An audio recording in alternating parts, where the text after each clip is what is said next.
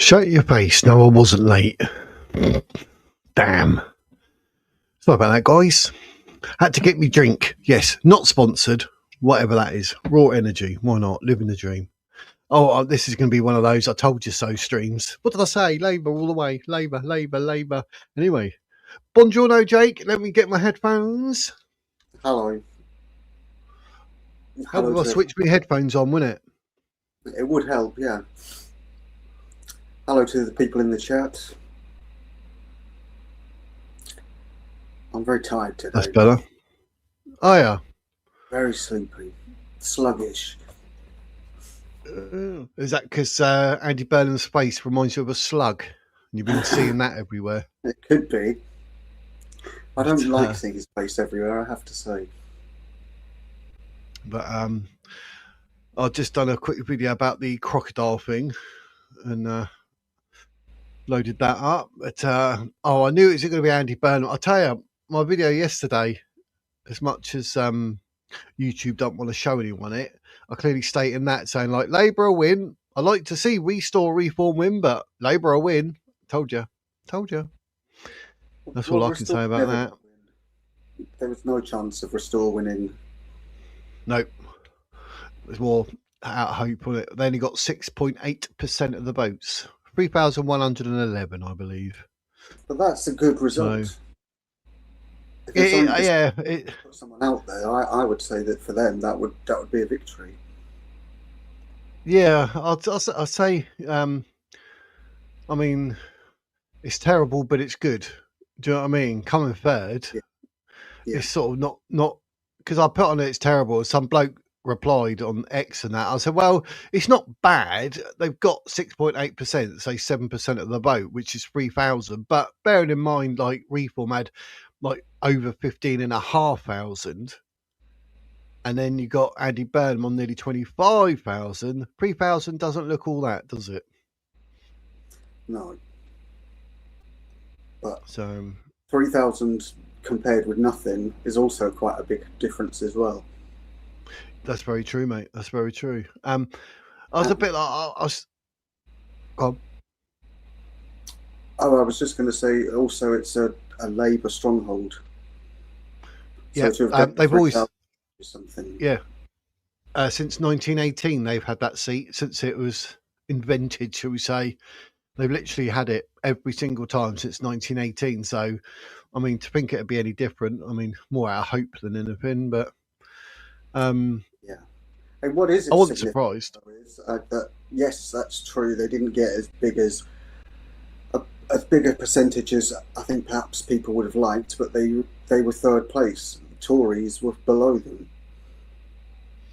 Yeah, I could not believe it. Michael Winstanley for Conservatives, 2.2%. Yeah. Wow, 997 votes, not even 1,000. That's like, he probably now knows how Nick Buckley felt in the Gortland Denton. Do you know what I mean? Worse off, there was that drippy cow from the Green Party who was sneering on Question Time. She did even worse. Yep, Sarah Wakefield for the Green at 0.7%. 308 votes. 308, yeah. That's what happens if you go on Question Time and sneer at people. Oh, it's hilarious. But I just something. That's why I thought, right, I'm doing this bonus live stream today because I knew Labour would win. I want to see all the excuses that everyone comes out with. That's going to be the funny one. You've already got the one on X. A woman's counting. And they're saying that she's cheating. We've forgotten something. We've got ahead of ourselves in the excitement of the moment. We haven't gone through who's here yet. We haven't done the register. Oh yeah, I was sort of just clicking on names. How bad? Yeah, we haven't really, have we? I suppose we better say hello. Haven't we, Triggered Christian? Bonjour, sir. Buongiorno. Qu'est-ce que c'est? That's me speaking. Oh, look, everyone. Jake's here. Say good day to Jake. I'm definitely here, yes. Trigger Christian's still here. Philamundo. Phil is here. Phil is having a good feel. Gracie Rooney. Amazing. Grace. Yep. That's a good one, isn't it? Amazing Grace. We come up with all these nicknames. We're just genius. Slim, getting fat. Timothy, he'll be eating. Yep, probably, yep. Savage. That's savage. Savage is here. Restore. Another advance. Yeah. Well, it's got a point. Yep. Oh, hilarious. Made me chuckle. Oh, Alan. Good man. The man that didn't know what name to call himself because he liked two of them, so he thought, sod it, I'll have Alan and Paul. Sod it. Being a bit greedy, having two names, but what can I say? What else? Oh, Sauvage. That's what your name would be in France. Yeah. Bonjour, Sauvage. I think we pronounced it incorrectly. You're right. It is Sauvage. Yep. Yeah. He did say he'd win, to be fair. Got that wrong, didn't he? I didn't think they would. I in my video yesterday, and I said, "Oh, it'd be nice if Restore could win," but in the back of my head, I was just like, I could see it being Labour. One, because they've never lost a seat since 1918, and two, I thought if Reform could have won it, they wouldn't, because Restore and Reform would have done a little sharesy moment on the votes, and had we put them together, they might have been enough to have beaten Labour, but obviously in this instance they weren't, because it got nearly 55%, 54.8%. That's ridiculously high. And the turnout was 58.75%. Now, obviously, people are going to say, well, some of those votes could have been rigged. Well, they might have been. I couldn't possibly comment on whether they were or not. Who knows whether there was postal voting involved. I don't know enough about the area to know about the demographic to know if there's been any block voting, but I would imagine it's a traditional, decent working class area, so it's probably a lot of voting from loyalty. Yeah, I mean, it's not like, say if it's like 25,000, 16,000, just over 3,000, then 1,300, and then nearly 200 votes. That's not a massive, huge quantity of people, is it? No, it's not. So, one thing I was going to mention, I wrote this down so I wouldn't forget, was I saw someone talking about it this morning, and they said that there was a 7% increase in the turnouts for this election, and that because Restore got 7% of the vote, then there was a correlation between the amount of people that were going out to vote and people voting for Restore. And I thought, what an idiot, because that's not what it says at all. It means that 7% more people in the area went out to vote. Nothing in it says that 7% specifically voted for Restore. It's simply that they went out to vote. So putting the two together is a perfect example of where someone has looked for correlation without causation. Yeah, you just saw that they got 7%, innit? Exactly. The numbers fit, so therefore the idea must fit. And that's not how things work. It's interpretation and perception come into it then. You've got to be a bit stupid to think, oh, okay, Rebecca Shepherd, 6.8%. So we just say 7% of the vote. Oh, but this year, 7% more people came out. Why? Every single one of them must have been the ones that voted for Restore. That was the assumption. How on earth did you jump to that conclusion? Exactly. Wow. So you're telling me if it wasn't for that, Restore would have got 0% then? Well, that's the implication of it, isn't it? And this is what happens when people take evidence and then they go to that evidence and they've already decided on an interpretation beforehand. So there's an inability to actually accurately assess that information. Yeah, I like that. He's a good little puppet, isn't he? But yeah, I was looking actually to see, because you know, Green and Labour doing their thing. Is there anything to say about Greens voting for Labour to boost it because they thought about Reform and Restore and they were worried? I've not seen anything, but I mean, you know, you're talking Restore and Reform. What about Labour and Green? Well, I don't know about you, but I'm so dizzy. I'm so dizzy. To be Yes. said. I see. There is an argument for saying that, but I think you could also argue, well, what would be the point, really? Because if it's a safe seat anyway, they Yeah. don't need those votes. And Nope. fuck all people voted for the Greens. In fact, so few people voted for the Greens that you couldn't eat. That's not even half a school. Yeah, that's true. We can do 308 votes. Not worth diddly squat. No, it's not. Oh, Phil, I believe Green Party told their supporters about. How weird's that?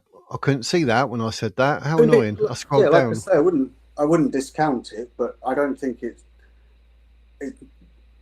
there wouldn't be much point in doing it. Really, it's not going to add much to Labour's vote share. Yeah. But that's like saying to Restore Britain, you should have voted for Reform, or Reform this time vote for Restore. They'd be like, no, I'm stuck in my ways. I'm an arrogant fool. I'm doing whatever I want to do. Don't tell me. So, And if they had voted that way, then that's up to them, isn't it? yeah.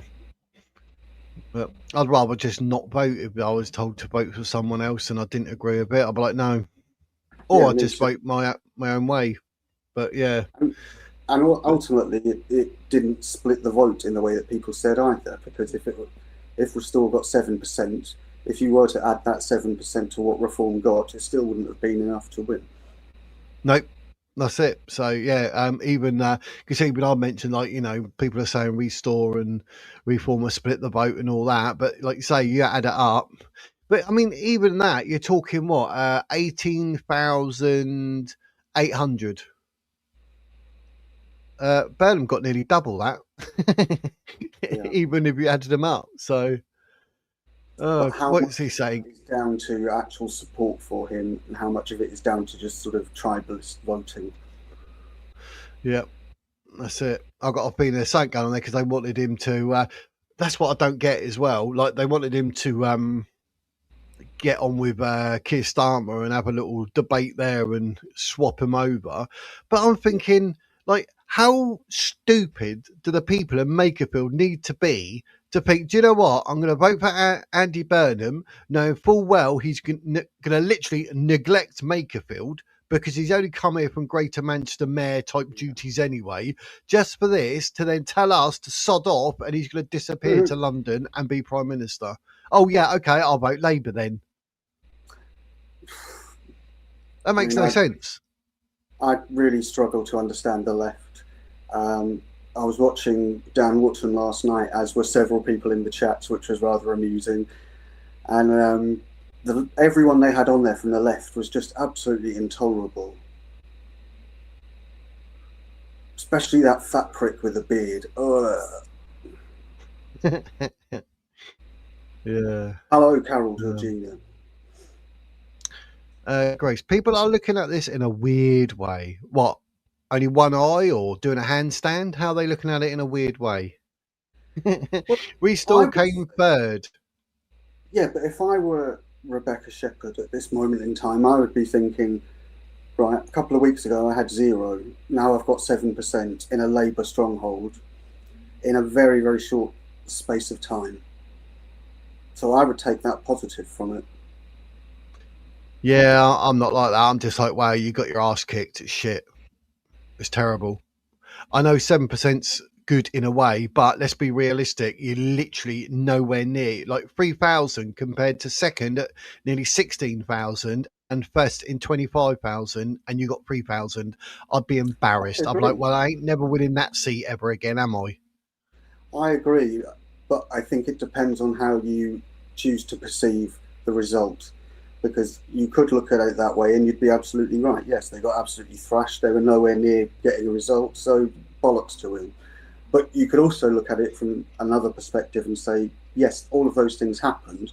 But the reason those things happened is because they only had a few weeks preparation, that being the main one, that it was only the second time they'd ever stood a candidate anywhere. And once you look into the factors that were against them going into it, then I think it shows a very different story, one that isn't a failure, one that is actually a success. Yeah, I think that's a bit of a. I could see that, but I think it's a bit of a stretch. I mean, let's be honest. I mean, it's crap. What an absolute crap result. Third with It is. 6.8%. It is. But if I we mean, think of it, I suppose what I'm really getting at is it's what we would call a temporal issue. So it's to do with time. So when you're looking at it the way that you described, which is absolutely right, I'm not disagreeing with that, but that's looking at it from right now in this particular context. Whereas the scenario that I'm looking at in saying that they got 7% from nothing in a short space of time is looking more towards a future rather than at right now. So it's kind of saying, yes, the result wasn't brilliant in that way, but this is one step forward. And steps yeah, forward take time. yeah, I get that. But I mean, like, today, what's going to be different at Restore Britain than yesterday since they've got 3,111 votes? What's that done for the party? What's it changed? I mean, what? How's today feel better than yesterday now? That's Well, a it really, doesn't, really does good it? question. No, that is a really good question. And this is where actually I would be able to use the skills I've developed to look into that for them if they wanted me to, for a very large fee, obviously. But what Yep. I would do as an analyst is I would want to know things like what I want to look at things like the demographics. I would want to look at what areas voted for who. I would want to look at how much time on the ground was spent going door to door. What other things could have been done that weren't done? All of the different strategic things that they tried. Now, what they've got is a working database that they can build upon. And they didn't have that a couple of weeks ago. All they had was their result from Yarmouth, which was obviously a across the board victory. So I think it really depends on how you want to look at it. If you look at it in absolute terms, then we can say yes, it was shit. They got absolutely trounced. But if you want to look at it in terms of a long-term vision, then actually getting 7% ish is a good result. Yeah. Because I'm a bit like, especially with how it was with online and all that. Everyone's saying this, that, and everything else, and it's just make it nice and big so you can all see it. Like, I think I even tweeted on my ex saying, like, it seems to be there's so much support online, but when it comes to actually the streets, there's obviously not a lot. It doesn't Yeah, look as good on the streets in real life than it does on X. exactly. Say, everyone Yeah, in it vote, aim high, vote low. Yeah, it's all, yeah, yeah. yeah. We put those. Okay, there you go. You are 6.8%, 3,000. Oh, you've exactly hit the point there. What you see online and what you see in reality are not the same thing. And that's why online, when people are going, oh, Rupert this, Rupert that, they're going to win, and like you say, aim high, vote low, all of this stuff, that's all very well and good online. But all it's really doing is creating a sense of tribalism, a digital tribalism, where you then associate with that particular person, and anyone who doesn't agree with that person then becomes an enemy. That's how division is created. It's not by the insults and things like that. It's far more subtle. And yeah. that is the big issue. I mean, really, we knew what was going to happen. We knew that Burnham was going to win. It was always going to be a victory for him. There was nothing that suggested there would be anything other than that. Reform, to give them credit here, have done really well. Been 35%. Yeah. I mean, that is good because again, they're not an established party. They've only been going 2 or 3 years or whatever it is, and people are very much against them, which I agree, and they should be because they are bullshitters and Farages are full of shit. But what they also have to try and do is, if they want to win in the general election, they can't just rely on the vote from the right. They've got to get voters from the left as well. So they have to therefore move in towards the centre to get more people.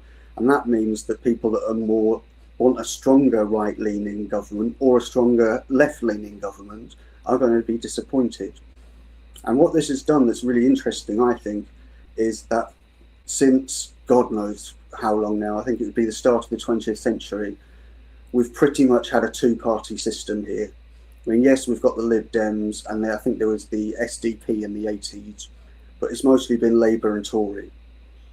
And if we take this as a snapshot of what's going on, then Tories are finished. Yeah. But again, that would be misleading, because this is one election in one town, in one place in the country, and it just happens to be a Labour stronghold. So it's never going to have a strong Conservative background. So we can't look at this and say this is what the next general election is going to look like, because it won't. Yeah, I agree. I mean, the Lib Dems there, look, they did really well, 163 votes. Yeah. Well done. That was terrible, isn't it? Absolutely terrible. But I mean, there is a massive difference if you're looking at the numbers. So Rebecca Shepherd, she got roughly 3,000, and Robert Kenyon, these almost 16,000. So that, you know, that is a huge difference. But 3,000 votes from nothing a couple of weeks ago is down to hard work and internet pressure. And I think this is something that is unique now to British politics. We've not really had the internet influencing voting before. And I think now that's what's happening, and it's come because of there's a very much a burgeoning alternative media system that's developed that I think is really, really good, that is an alternative to the mainstream media, where you've got people like Dan Wootton is probably the best example because he is independent, but he has people on there that move in all different circles. Like there are people who in the chat, people will know, people that, you know, both of us maybe have spoken to ourselves, they will go on there. So we know that a show like that is accessible for everybody, not just somebody who's got a particular position. And that, I think, is a really good thing, because it means that we're getting closer to a public voice, which is something we've never had. And there's a lot of people that are politically homeless who are so desperate to belong to something, they will just join the first thing that sounds appealing, and they're not really thinking things through. And that's, as I've said before, that's what I think happened with Advance. And I think a lot of people have now just put all of their eggs in the basket of Restore, and again, it's not a wise thing to do. That's very true. I don't think Reform or Robert Kenyon done himself any favours, because he come out with that silly comment about Carol Vorderman and that, didn't he? Yeah. Talk about her bum, should we say? And that, I mean, that's just gonna like ruin your career before it starts when you start coming out with stupid crap like that. It's the thing, though, isn't it, about the landscape that we live in now, which was, you know, when I started my teaching career in 2003. I could have made some joke like that to someone. No one would have given a fuck. Yeah. But if I had it in an email from that time, somebody would be able to find it somehow and say, look, this is what he was like at the time. And that's something that, again, we haven't ever had before until fairly recently in our evolutionary cycle. And it is a dangerous thing, because it means that people can select something from your past. They can present it as being relevant for now, but also take things completely out of context. Because if that message about Carol Vorderman was sent to a friend of his and was just a bit of a joke between the two of them, then who cares? Yeah. Because that context would be appropriate for them to say it. Obviously, you wouldn't stand up in the Houses of Parliament and say that. No, definitely not. Mad Monkey Seeds, I've just loaded up a video about that, actually. I think it's active, so yes. Go and check that out. This would be the man from Norfolk. Yes, the man that his carers weren't watching him, mentally ill, and he threw the kid. But the police say don't speculate how the child got in there, and the witnesses are like, yeah, he threw him in there. He threw him in, yes. I think we know what happened. Yeah, there's no way in otherwise. On my video, check it out. I actually say, like, there's this up, there's that up. You can't physically climb over anywhere if you're a kid. You just can't do it. So, Oh, he's just said, and it's actually, he said that the bloke who did it has been released on bail. yep, And because, till September the 18th. yeah, because he's unfit for interview. Yep, due to his mental illness. Not being locked up in a mental institution or a hospital or nothing. Nope, just released on bail, mate. How stupid. But his name's not been released. Oh, yeah, his name's not going to be very English, is it? There's so much of this sort of shit that goes on. Like, for example, my brother-in-law told me that there are loads of places around here that are full of paedophiles because they put them up in the HMOs where nobody knows who they are and they can keep a low profile, but they're not telling the public that those people are there. And I know that one of the places where they keep them is just down the road from the playground. It's absolutely fucking disgusting. It's ludicrous. Absolutely ludicrous, blimey. That will be the same up and down the country. But there might, for example, it might be the case that because we don't have many ethnic minorities here, perhaps they send us all the pedos instead. Yeah, that probably wouldn't surprise me in the slightest, but let me... Did you, by any chance, happen to see the clip with Sarah Pochin and that sort of brownish woman with the short hair and the glasses? No. Because that was quite a good clip. I wish I knew who the other woman was and which news station it was on. She had a leftist meltdown, essentially.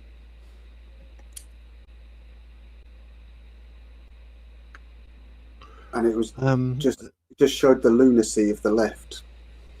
Is there any way to look that up? What could I look for if I'm looking in YouTube? Good question. Did you say Sarah Pochin? It was Sarah Pochin, and then maybe left meltdown or something like that. What, interview? Interview might work.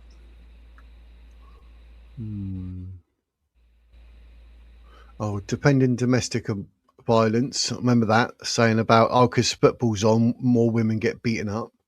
Yeah, it wasn't that one. I'm trying to think what it was about. Right, that was 2 months ago. Let me see. I'll have a look and see if I can find it as well. And I'll put a link up. Spice outrage. Let me get rid of the word interview because it's bringing up all silly interviews. Or if anyone in the chat who has seen it, which I know some of you have, if you have got a link of it, then if you could tell us, that would be great. Oh, YouTube doesn't want to work now. No, get all arsey because it knows what you want to look for. But anyway, it was worth seeing. Typical, it was also wasn't it? Seeing for anyone that didn't, Dan Wootton's show last night, that fat leftist prick, and once again Fahima, awful. And it was really funny, I thought, when Fahima was on, because she did her typical shrieking banshee act, denying everything. And then you could just see all the people in the chat were going, "Get her off, turn her mic off, fuck off, Fahima." And she did fuck off. But unfortunately, she got replaced with a fat bloke with a really shit beard, who was just as bad in a different way. Yeah, I think the sooner we things like ban the burqa and ban women like that, the better. Yeah, she's an idiot. I think it was something to do with grooming gangs and white men committing more crimes or something like that. But she gets really, really angry with Sarah Pochin. What grooming gangs, you think? I think so, yeah. I'd look in the history, but I have it. I delete the history, so I don't have that, I'm afraid. No, got depends. Domestic violence.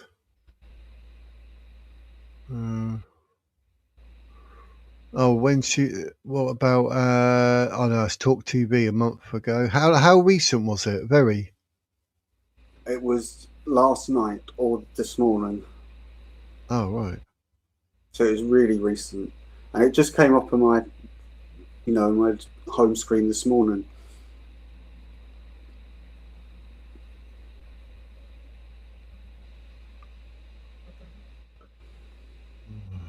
I don't know what else would bring up her. No, even everything is. Oh my god, she's only got 2,000 subscribers. I thought I'd check her actual channel. Sarah Poachin MP. See, you've got more than 3 times as much as her. Way. I bet she hasn't gained 3 subscribers this week. Yeah. Yeah. Have that, Poachin.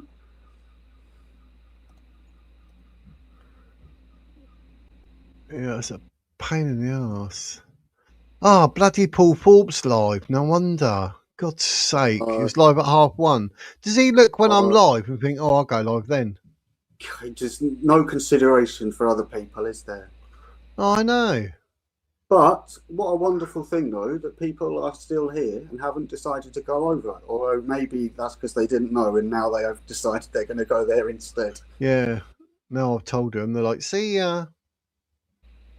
Yeah, nothing's coming up in the searches now. That's a bit. No, YouTube seems fucked at the minute because when I tried to load it, it wouldn't even load. And people have said in the chat there's some problems with YouTube and super chats and things like that. So I think they've got a temporary problem. Oh. Typical. Yeah, triggered Christian, he's gone.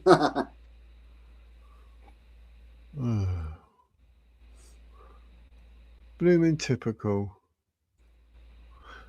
Don't know what else to suggest of looking things up.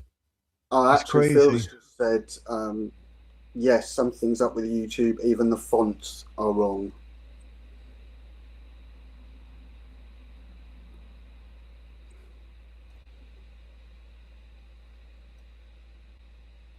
No, I know, triggered Christian. I know, you were just joking. That's the bitch. The one on the right. Oh, she's horrible. We got that thanks to Alan. He knew. Nice one, Alan. Good man. Alan! Thumbs up, Alan! Thanks, Mr. Paul. Well done. Excrement, mate. Excrement. She's just... oh... Well, we could get to listen to that one now. Happy days. Right. I was 1:11, so we'll play that, I think. Right, get your... let me take that off the screen. So there's not really much it was hiding there, was it? So, right, let's play it. British citizenship now, when if people apply for asylum, that is to have refugee. Can you hear that? Yeah.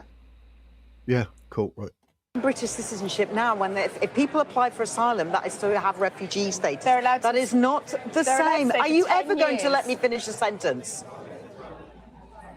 They're allowed to stay for 10 years plus, and they are lost in our society. The Home Office don't know where they are. Right, so none of these things are true, and you know it, Sarah. Just repeatedly saying that the only danger, if you're saying that the only danger, are you really saying the only danger to women is from people who come from other countries? Are you really saying that there are no white people, white men who... And you keep cutting in. We're talking about domestic and you keep smiling when we're talking about violence against women and girls. I really... Oh my God. Oh my God. I have 26 years of experience in violence against women and girls. Oh, well, I see you and raise you 6 years, Sarah. There are women being raped by white men, and you don't want to talk about that.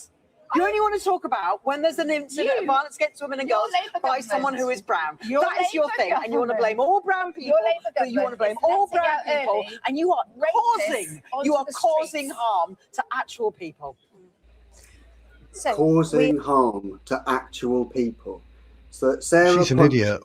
Is causing actual harm to actual people with her words.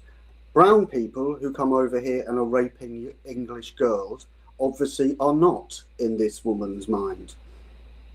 What kind of warped mindset is that?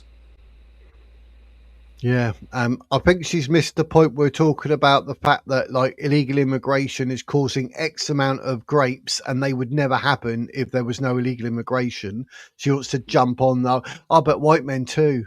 You know, it's like when you talk anything even to do with religion or something, you say something about the Quran. Oh yeah, but the Bible this. Oh, but the Bible, it's that in it. It's like but like when you're at 10 years old, which is whataboutery and deflection. And people use whataboutery and deflection when they know their argument is shit. Because they don't want to discuss that, they want to discuss something else. So they try and turn the conversation to what they want it to be about. So this woman up here wants the conversation to be about refugees are good people. She can't accept the argument that they're doing bad things, because all she sees is she looks at the statistics and it says white people commit more of these crimes. So in her mind, that's what the score is. What she isn't doing, as we've said many times, is looking at the per capita figures. But this is the great thing about the new rape gang report, is you don't have to look at per capita figures, because it quite categorically states in the executive summary 87% of the perpetrators had a Muslim name. So there's no getting around the fact that Muslims were behind it. Most Muslims in this country happen to be brown.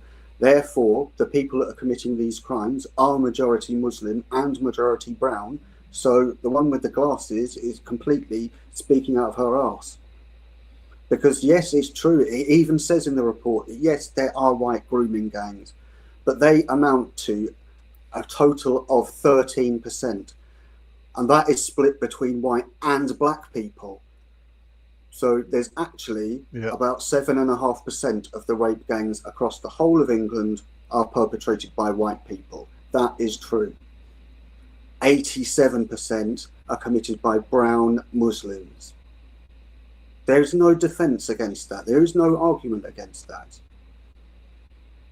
Because we've got it in the J report, the Casey report. We now got it in Rupert Lowe's report.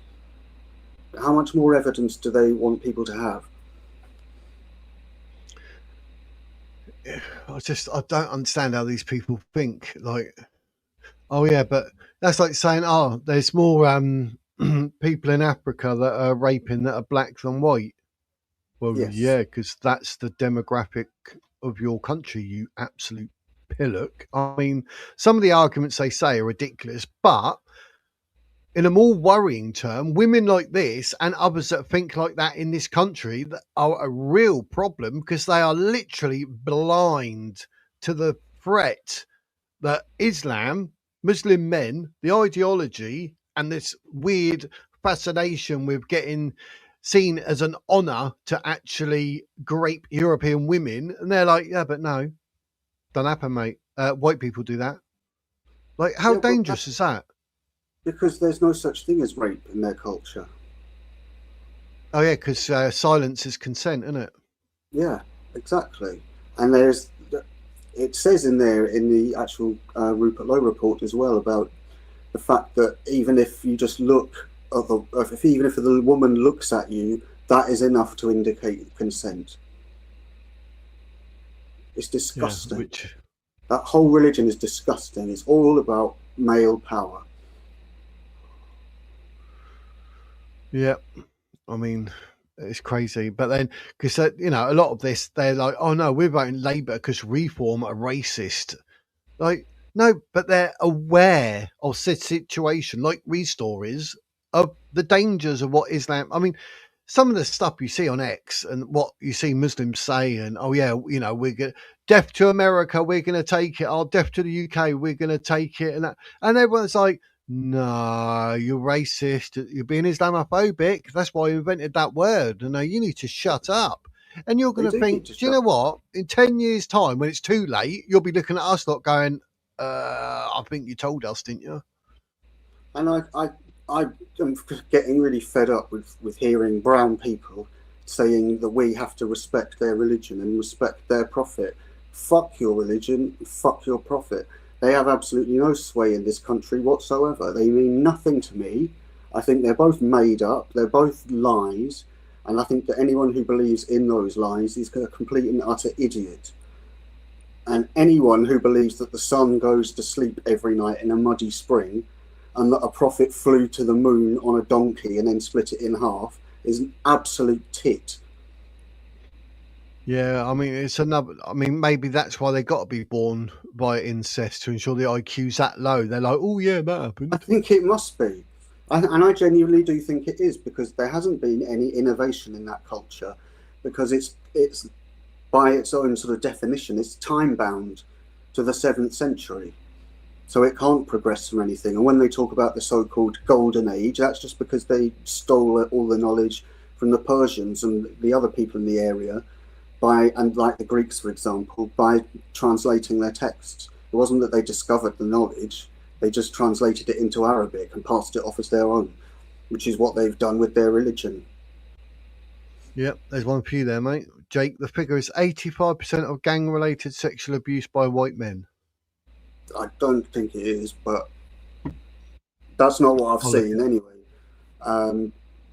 But one that I have seen is that the number of sex attacks by migrants are about 17% of the total, which on its own doesn't sound very much, does it?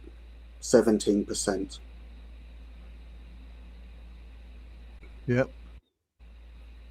But if you think about the actual number of illegal migrants that are here, and then you consider the 17%, then that per capita number is off the scale. It's about 50 times as high as the ordinary rate. 85%. Now, there's a difficulty with this statistic, because, first of all, if they were talking about the Muslim grooming gangs, the first thing they would say on there is, but the data we have is incomplete.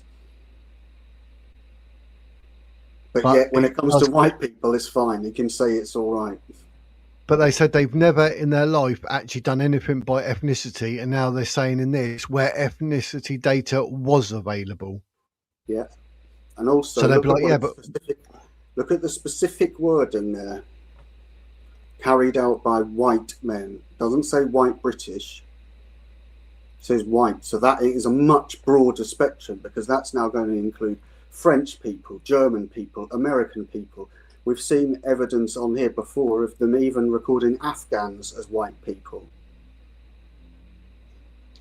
Yeah, so that's terrible. That's so quite saying broad. It's 85% is, yes, that is, you could argue that that is the case, but it's not telling us the truth. And there's a big difference between truth and evidence and statistics. Yep. But thank you to Savage for supplying us with that information. Some of these figures, some of them, from what I'm seeing here, they're saying 2023.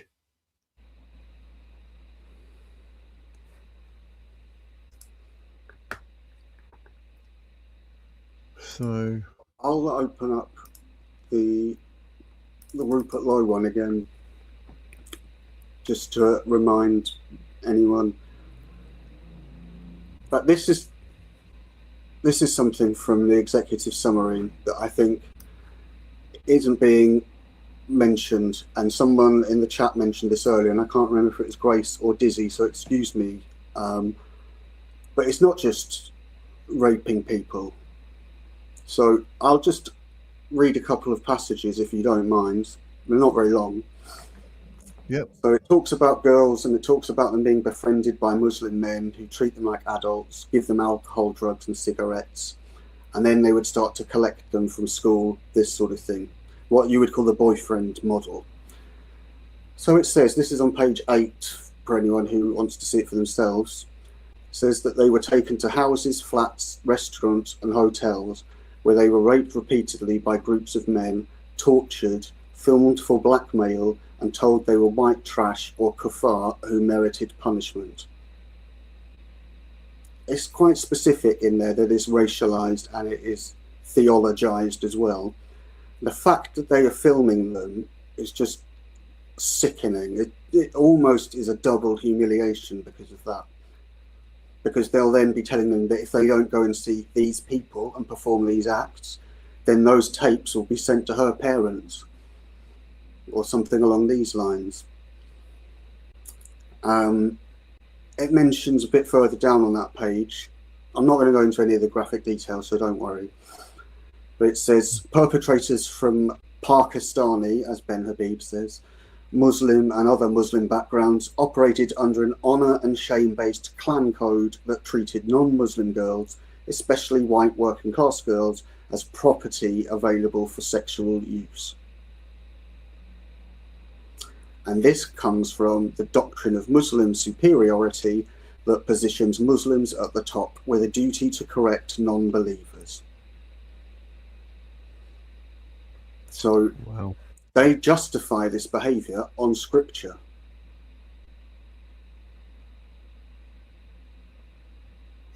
And the thing that's really shocking is, this is from page 11, the first recorded case of specifically Pakistani rape gangs dates back to 1955, when 4 Bradford-based Pakistanis were charged with raping a 15-year-old girl from Middlesbrough. So the pattern is there since the 50s. Wow. And it's obviously snowballed over time, increasing with Tony Blair's vicious policies. But it's not just that they're raping them, that's the thing. They're also torturing them. They're also getting them to become involved in human trafficking. So they're getting them to recruit other girls. They're getting them to assault other girls if they're not being compliant. The men who are running these sex gangs are also running drug trafficking operations as well. And they're using the drugs to get the girls hooked on drugs to keep them working again. It's just absolutely appalling. It's far more than, if it were just the rape in itself, that is a genocide. But this is essentially organised crime taking over large areas in this country.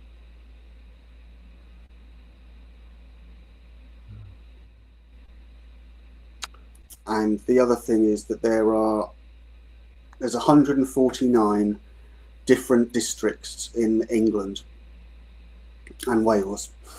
40% of them have got grooming gangs. Bloody hell.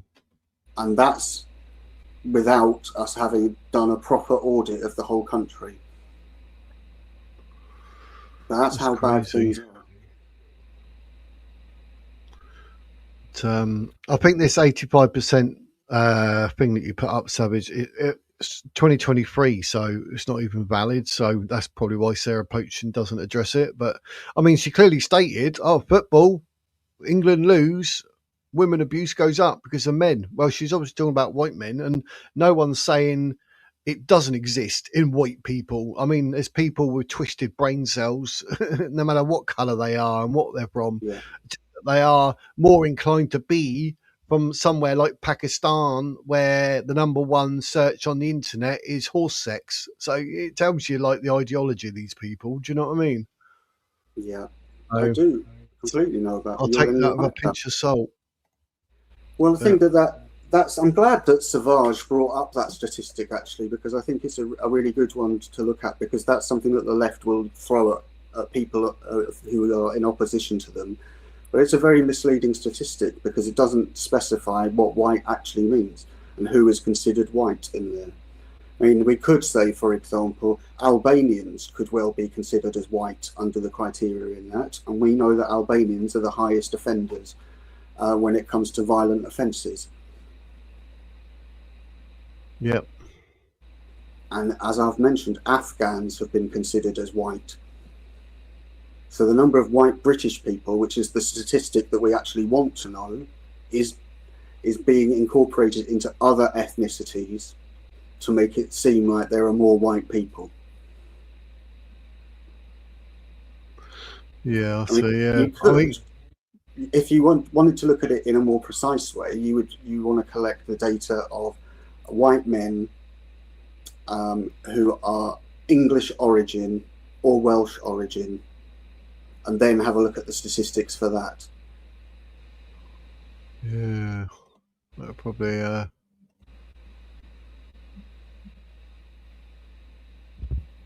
just come up saying a 26-year-old died at the World Cup while celebrating his team's win. So what? How random.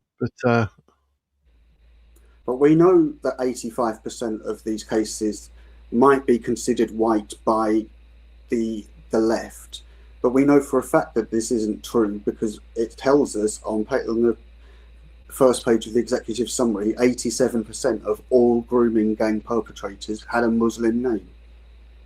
So some of those Muslims will be white because they'll be converts. Yeah. I refuse to use the term they use, perverts. It keeps coming up with the 2023 and 2024 figures, even when I put that in. So basically, it doesn't want to give you a result. No, even Copilot does that. It's like, oh, it'll come up, and then it's deleted. You're like, where's that go? And it's like, yeah, we don't want you to see that, mate. It's like if you look into the AI and you ask that for statistics, for example, for black violence, and then you are trying to look at it in proportion to others, and you find it's massively overrepresented, but it will insist that there's no correlation whatsoever.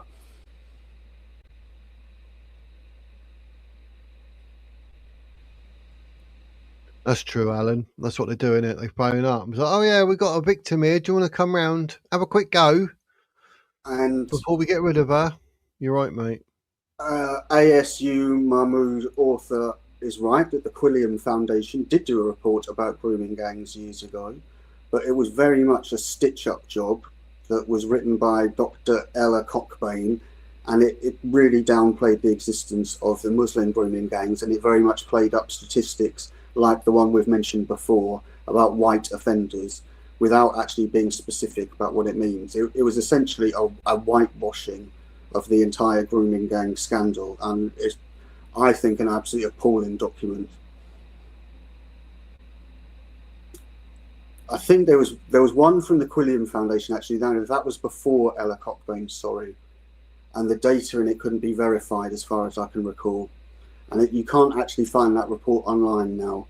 But Ella Cockbain used it when she wrote her report a couple of years later.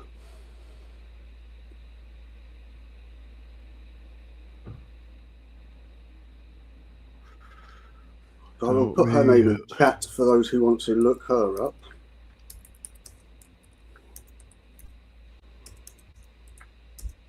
But do you reckon, like, people actually being honest with themselves and like getting the proper figures and seeing it would change how people voted, being like how people promote it? And I think what we have at the moment is, and this is the biggest problem that we face, is information, because we're given some information but not other information.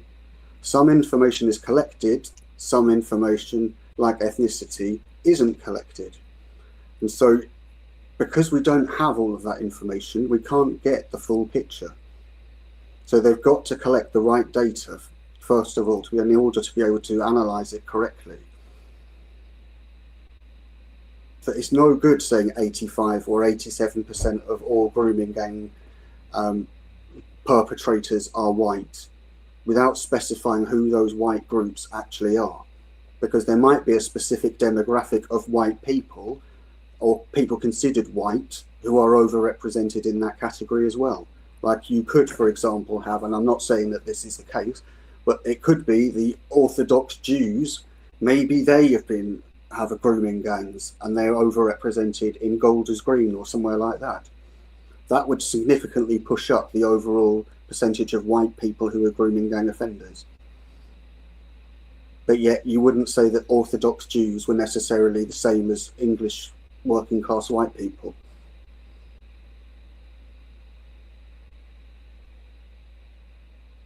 Feet. Hate feet. Yeah, me too. But the thing is, though, like the unwillingness even now to look at other stuff is literally why we have the whole grooming gang inquiry and it hitting the fan. And we're still turning around going, oh yeah, but no, and no, it's white people and everything else, and it's English people in England. What? Well, if that's true, why does it happen every single place in the country where there's a Pakistani community, and yet there are various white communities where it doesn't happen at all? Because if it were just white people, you'd expect to see it in all white communities, and you don't. But you do see it in all communities where there are Pakistanis. It is an absolute scandal.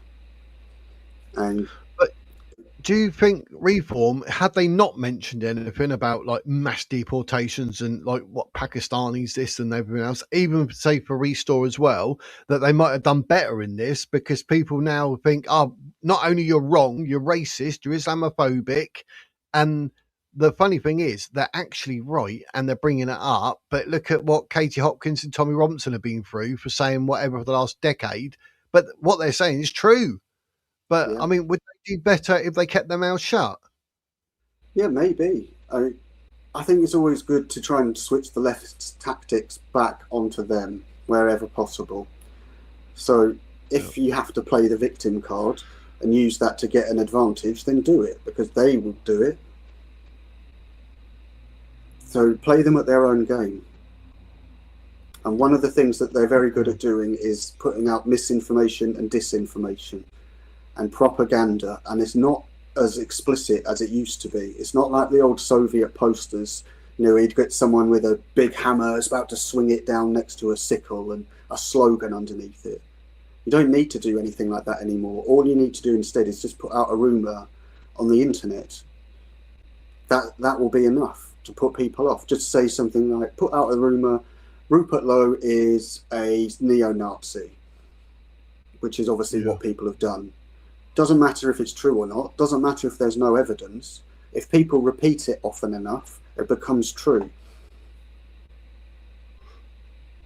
Yeah. And that's why Goebbels or Hitler, one of the two, I'm not sure which one it was, said that if you're going to tell a lie, make sure it's the biggest lie you can possibly tell.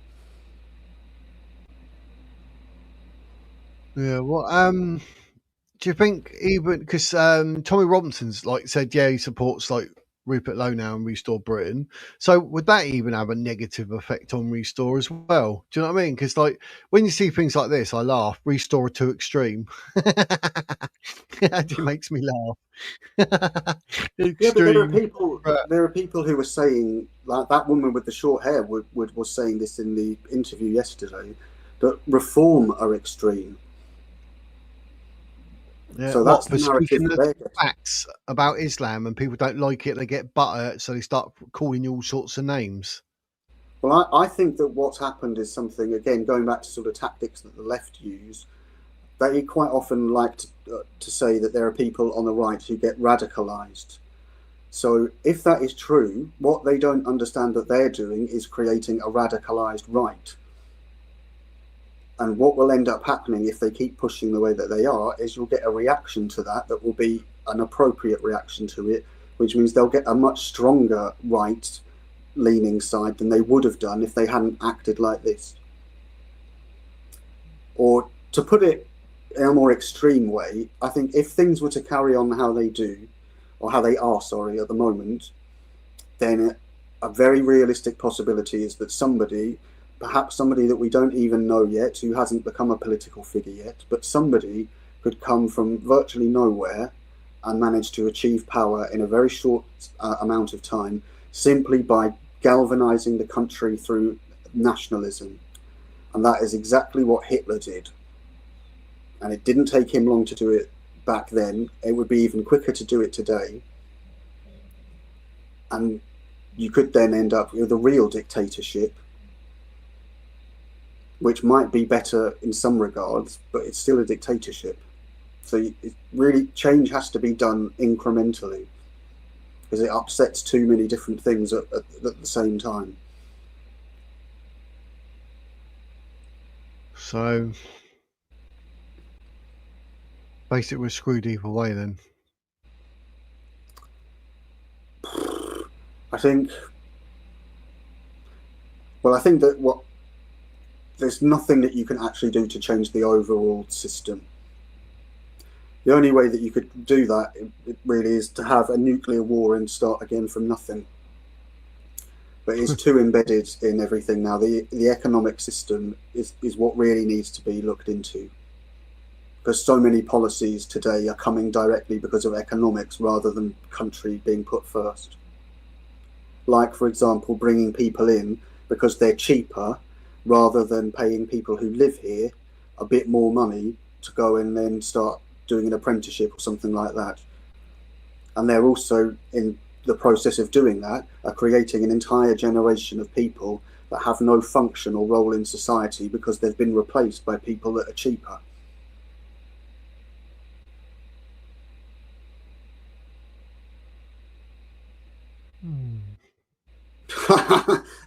Sorry, just what John said there made me laugh.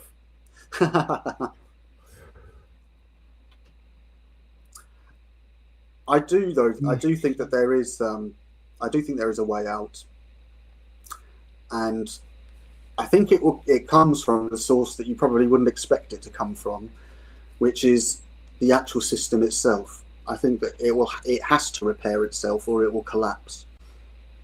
And it should have been done like I've said before, 2008, when you had the financial crash. They had the opportunity then to sort out the financial system, get rid of this sort of debt culture that has been created, and make things fairer for everybody. But they didn't. They doubled down. They rescued the banks instead, pissed everyone off in the process of doing it. They then had another opportunity with COVID to do it again, but they didn't do it. They chose to save the system instead, and that's arguably one of the main reasons why we've ended up where we are and in the situation with the migration where it is. But I think that Parliament does know about this. They talk about it all the time, and they're on both sides of the house. They know what the problems are. Just at the moment, nobody's doing anything that is visibly making a difference. And that's what people want to see. Because if Shabana Mahmood stood up and said, right, I've done this, this and this to stop boats coming in. This many boats have stopped coming in this week. People then might have a bit more respect for her. But she doesn't even do that. She doesn't even lie and pretend to have stopped the boats. Yep, 10,000 this year or something, I think it was. And that's what I don't get. Why are they not even bothering to lie about it?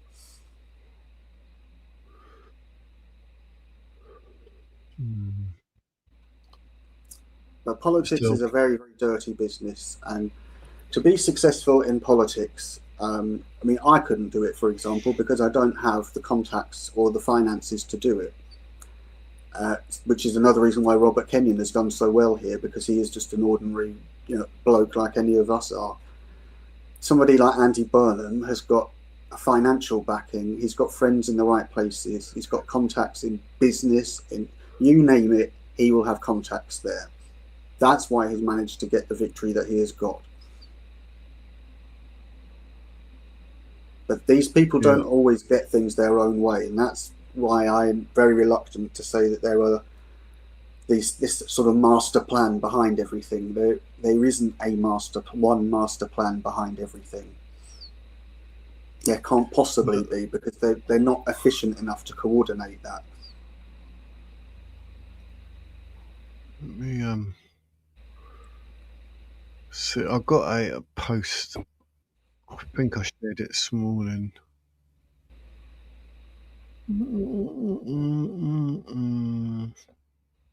It's about, like, how you attract people into the country. Yes. I don't want to say too much. I want to find it, because it's Mad monkey seeds. You're absolutely right. Yeah, they don't need to lie anymore. We've gone. I've even heard people call it the post-truth age, and that very much is where we live. There are too many different competing interpretations. It's very difficult to actually sort of filter out all the bollocks and see what is actually the truth. And I agree with you about getting the votes from the Islamic side, but I do think it's also important to remember that, yes, there is block voting, but the Islamic population is only 7% of the country.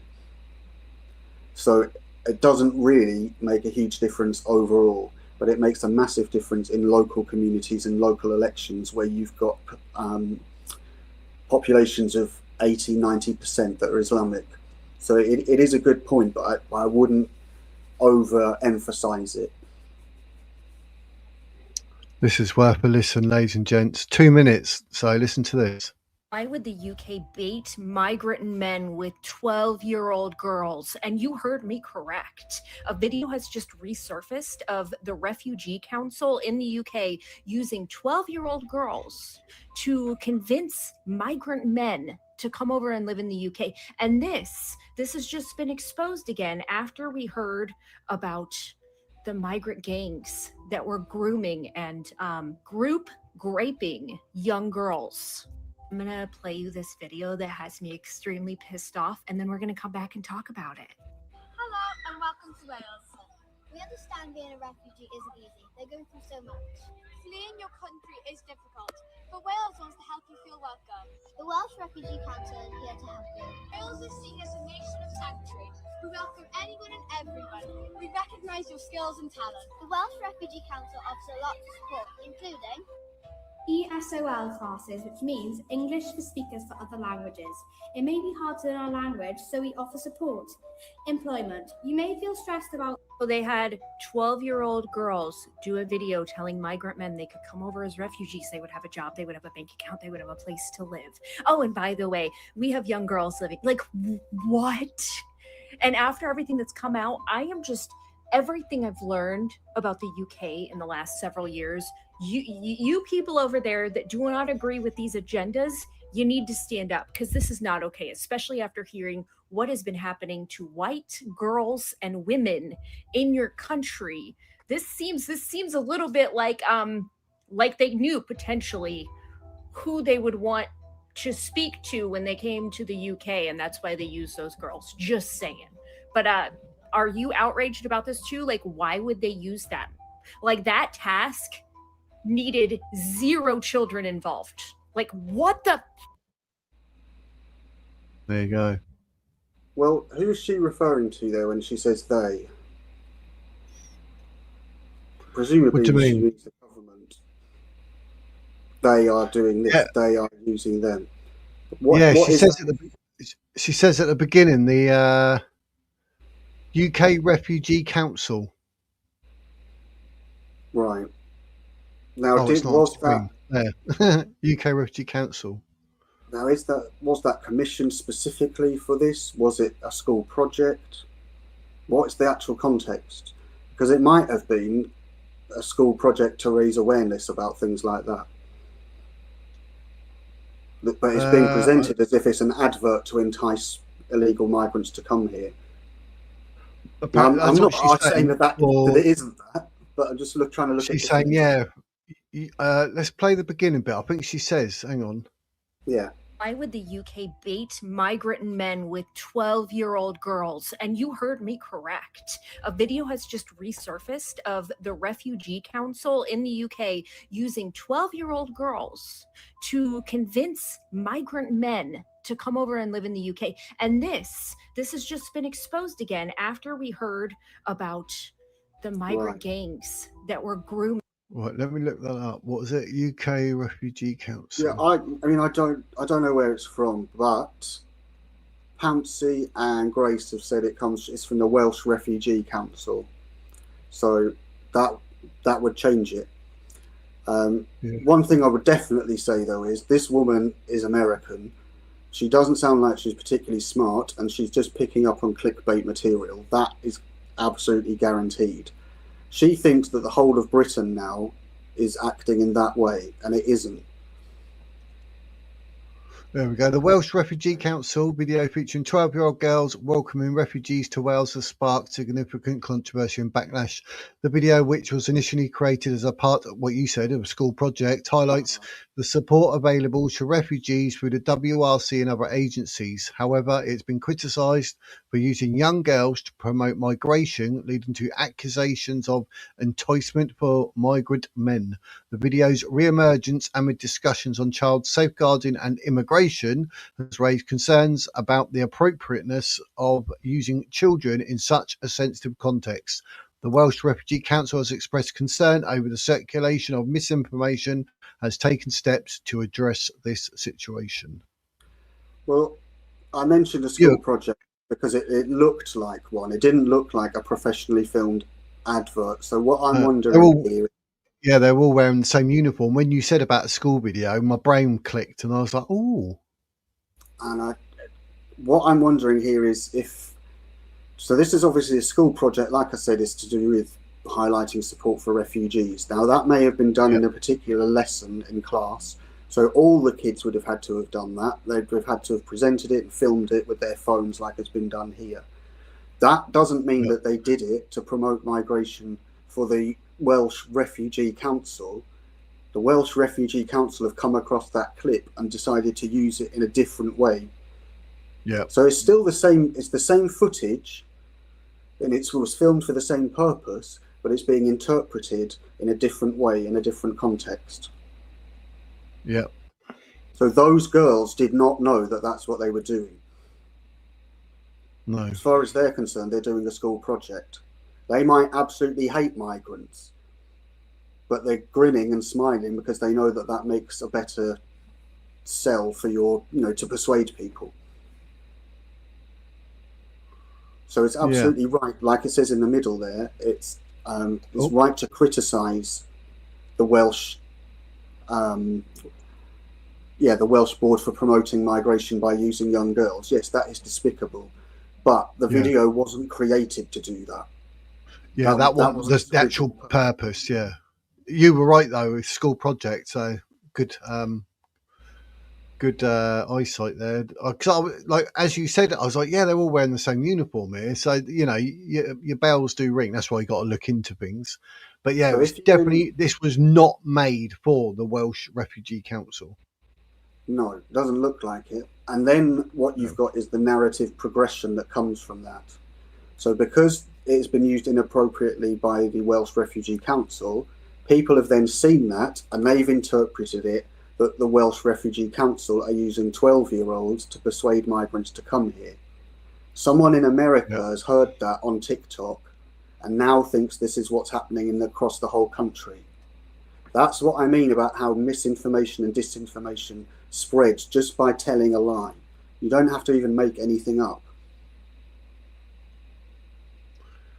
Yeah. That's crazy. So it is true that it has been used to promote migration, but that is not the full story. No, it's to erase like the WRC involvement. It's the fact that it was to say that there's things like the WRC, like the council, to help people. It's not saying we're doing this for the WRC. No, it's saying that if you go to these places, they can help you with this, this, and this. And I would imagine, because of the subject nature, this is probably for a citizenship class. And yeah, they did have to write Valentine's cards to migrants. I saw that. That was disgusting, completely disgusting. So what I suppose I'm really doing is I'm not trying to come up with a conclusion here. I just want people to think. Because if all you saw was that TikTok video, or whatever it was from, of that woman speaking, you'd have a very different understanding of this scenario than if you looked at this piece of writing here. Yes. Because those girls will have been in, like I say, they'll have probably been in a citizenship class, which will be a class that they have once a fortnight, with a teacher that doesn't give a fuck because they don't want to be there. It's not their subject. It's a load of bullshit. And they will have been told something like, you've got a week to put together a short video explaining to migrants what help is available to them through this agency. So that's the original context in which it was used. that context, people are going, "Oh, this is sick," and I'm copy and pasting it and answering it to everyone so they know. But once it's then put out as this is enticing migrants to come here, that's a very different narrative. Yeah, it is. It's dangerous as well, though. Do you know what I mean? Because misinformation, it's always more dangerous than the truth, isn't it? But it is dangerous. Yeah, that's why I want people to really think about where sources come from and think about who is saying it, why are they saying it, what do they get from it? Because the more you start questioning these things, the easier it becomes to just do it naturally. But a lot of people haven't never thought about things like that in their life because they haven't had to. Yeah, everyone's saying, "Are you using children as bait and all that?" So I'm copy and pasting what we just read, what you can see on screen. I'm putting that in all these answers. It's going to show my X posts, like the last 10 posts will be this, all copy and pasted. But what it actually says here, if I look at the words, is the criticism was for using young girls to promote migration. So that's one charge, using it to promote migration. But it then says leading to accusations of enticement for migrant men. So there's a big difference between young girls saying be a migrant and them saying, look, young girls are available for migrants. It's a completely different aspect. But it's really easy to come to that conclusion that this is what's actually happening. And that's what I think a lot of people do all the time, is they react to what they see without thinking about it more deeply. Yeah. Right, that's my little bit for the world. I've reposted it with that. Yeah, Grace, I agree with you. If I was a parent and their school project had been used in that way, absolutely, I would go apeshit. If I were a form tutor, I would have gone apeshit if my form had to do that. But if they had been in my form and we'd been told to do it in form time, I wouldn't have done it. I would have found a way around it so that the kids in the form didn't have to do it. Because they did used to try and sneak things in, like lessons during form time. And it was that sort of bollocks sometimes. I just didn't do it. Yeah, at least we investigated it and it's all proven to be literally taken out of context, but I've just posted about 8 times. So it's a really good example, though, of how an emotive story sticks, because the reason that story will stick is because it's young girls. I'm a nightmare on X because I saw that and I saw the beginning bit, you know, where it said with the text, the Welsh council, blah, blah, blah. That's all I saw. And I read that. So I was like, okay, I'll share that. And I haven't actually seen it. So what does that say? Do you know what I mean? That's how it spreads. That is how it spreads, yeah. And that once it spreads and people think it's true, doesn't matter if it isn't true, because people believe in it. And that's how propaganda works today. We don't need to have the big slogans plastered everywhere. You just need to do something like this. Yep. Well, yeah. I mean, had it been true, it'd be quite worrying, but obviously it's not true. So it's all a bit like, oh, we're getting all worked up, open up in there. Well, the thing about lies and misinformation, disinformation, is that they use truth. All these lies are based on aspects of truth. That's what makes them convincing. So in this case, that video exists. Those kids did do that project.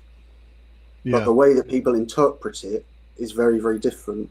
And the context in which it was created and released are also very, very different. So do you think that's down to whoever produced it actually screwed up and it should have been done in a more clearer and, well, the whole context should have just been clearer? Well, my personal opinion is that it shouldn't have even gone into the school system in any way whatsoever. It's got nothing to do with anything in schools. But what I would assume is that this will be something that has come to the school from somewhere. You know, they get given like for a lesson like citizenship, they get given a load of essay plans that people then just go in and teach. So all the retard teachers think it's great because they don't have to do any planning because it's all written down for them. I hated it because that's not how I operate. But that's very different from them creating something specifically for the Refugee Council. Because if they did it deliberately for the Refugee Council, that's a separate issue. But what I think has happened and what I think is wrong is that somehow that video has been given to the Refugee Council and they've then used it in a way that it wasn't meant to be used. And Grace is quite right there about mentioning parenting, because there's no guarantee that the parents have given consent for those images to be used in that way. Yeah. But it is the sort of thing that they will do. Like, I remember one year they had a day where all the kids in year 10, I think it was, got taken off timetable, and they were given lots of tasks for business tasks. And they had people from the local community who had businesses came in who were trying to coach them how to do things better. It was basically, they just did Dragon's Den, but for kids. And in the afternoon, they showed all the different products they'd created and how they would sell it and all this sort of thing. And that was really, really good. And you could have had perhaps a local businessman there, might have had something promoted. They could say, I think you did a really good job of that. Would you be willing to create a promotional advert for me? They could get permission from the school and the parents. That's absolutely fine. Don't think anyone would have an issue with that. But that footage would be, it's not going to be owned by the Refugee Council. So it's their usage of it that's inappropriate. And especially because it wasn't designed for the purpose it's being used for. It wasn't meant to entice people here. It's meant to say, this is what help is available. Yes. So, and kids love doing things like that. Little projects where they can film it and where they can get excitable about things. Do you think if it was done in a way like, for families, and they're aiming at just not families, but also saying children, you can have an education here like this or whatever, do you think in that context it would be more appropriate, or do you still think like the girls of that age? No. Well, you mean like it's the girls telling refugee girls what school would be like for them and what's available for them? Yeah, that what like saying, if your family comes over and you want to get an education here in Wales, blah blah blah, then I personally think no, that shouldn't happen, because those refugees shouldn't be here in the first place, and we shouldn't be promoting anything that encourages them to come here or to stay here.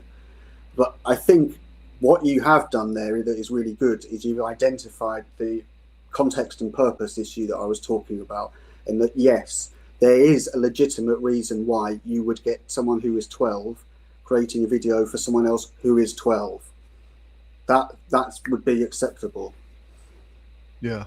But I personally don't think it's acceptable because it's to do with refugees. Yeah, which is a different context, isn't it? If you're talking about legal migration and you got a family sat there, and it's a family sat there, mum, dad, say, have the proverbial 2 kids, son and a daughter. The son says his bit, the daughter says her bit, mum and dad say their bit, but it's all family and it's directed at legal migration, then that context, perfect, because you're actually offering our country to people who want to come, who are in a family context, which is good, and not just single men. But you want, because if you've got kids and you're moving to a different country, it'd be nice for you to say, look, watch this. This is a family. Listen to this young girl. Listen to this young boy. So that context, it'd be beneficial. Yeah, I agree with that one. And again, I'll use a real life example to illustrate how that could work. There were 2 girls, sisters, that I taught. One was year 7, so she'd have been 12. The other one was year 10, so she would have been 14 or 15. Both of them were smuggled out from Iran and sent to live in England with their uncle because of obviously the regime that was happening in Iran. Both of them arrived here, didn't know a word of English, and within 6 months, the elder of the girls was ready to sit at GCSE English, because the people who were around her in the community were really helpful. You know, all the girls there were very welcoming towards them and would help them out with things. They fitted in very well, and they, you know, they wanted to learn the language. They wanted to fit in, and I thought that was just a really amazing story. And you know, they never told me any of this stuff. I found it out because it was a parents' evening, and the uncle told me the story, and I thought, fucking hell! You know, in 6 months they learned a whole language. Crazy, isn't it? And fair play. But they're the sort of refugees that you do want here, because they are coming here to learn, and they want to fit in, and they're willing to. You know, they're not coming over here to take over. And were they Islamic? I've got no idea. They didn't wear headscarves, but it didn't matter, because it wasn't a problem. It didn't ever come up in my class that they needed to go and say their prayers or something like that. Yeah. They shouldn't be, a school shouldn't be sending out any images of their students without the correct procedures having been gone through. In fact, I'm sure as a parent, I think you have to sign a photo consent form when the kids start there. Yeah, I think there's a few certain activities or whatever, you always need parents' permission, don't you? Specifically for said whatever. Yeah. So yeah, I think you're right. But I put this bit up on screen. It's different, but it says the Welsh Refugee Council has faced backlash for using 12-year-old girls in a video aimed at. So they've obviously used it at some point, like what you said. So they probably used it out of context. Well, oh, that's good, yeah. And then we use that, and like you say, no permission. Well, it just, you know, they had the school uniform on, and it looked behind them like it was a school building. So straight away, that made me just think this isn't a professional video. They haven't called these girls in to do that on a Saturday morning, for example, or something like that. This is probably something that the kids did during lesson time, or they did it for homework at break time or something like that. Yeah, a few extra credits. Yep, I'll do it. Yeah, and there will be kids that will do things like that, and they'll be the kids that end up being really successful.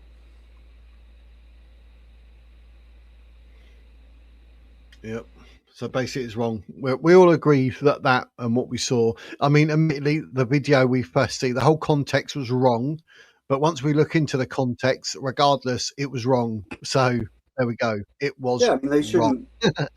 You shouldn't be getting kids to say things like that anyway. I don't want any pro-migration propaganda shoved into schools, because it doesn't deserve to be there. And kids are smart, you know. They know the score, and if that sort of thing had been tried at the first school I worked in, the kids, there's no way they'd have done it. They'd have just said, no, fuck off.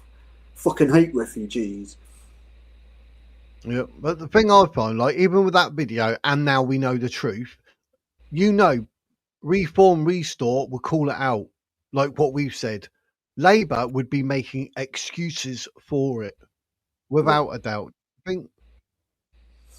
But what I do think is really important, though, is what you said, that you saw it straight away, thought, right, that's bloody well going on X, and not really thought about what it actually is, because you saw it with a conclusion already attached to it.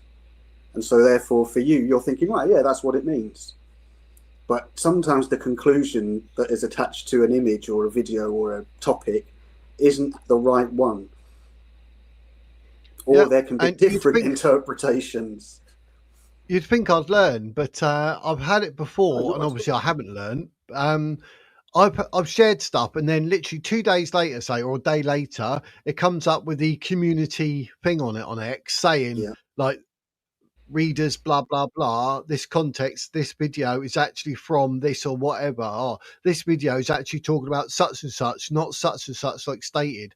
And I have to, like, click on the, you know, where you repost it, I click on that and undo the repost. But the fact is, I've already reposted it, but I do undo it once it's called out to be fake. You know, I don't want nothing to do with it. I'm like, oh, that's wrong. So blah, blah, blah. But I mean, you look at saying it's got 15,000 reposts. So, you know, 15,000 people can be wrong. Yes, they can, and that is the worrying thing about it. People can easily be fooled by such things, and I'm not being critical of you here in an unpleasant way. I'm being critical in a theoretical way, because no, but I'm wrong to do that. I mean, I'm retweeting stuff I know bugger all about because I'm assuming I've just looked at it and gone, oh yeah, that's true, boom. So I am in the wrong. It's a bit irresponsible. Well, no, you're right about that. Twitter's certainly not responsible for it. No, it is the responsibility of the person posting it. Yes, but it's not your fault that you thought it was true, because most people would think that it was true.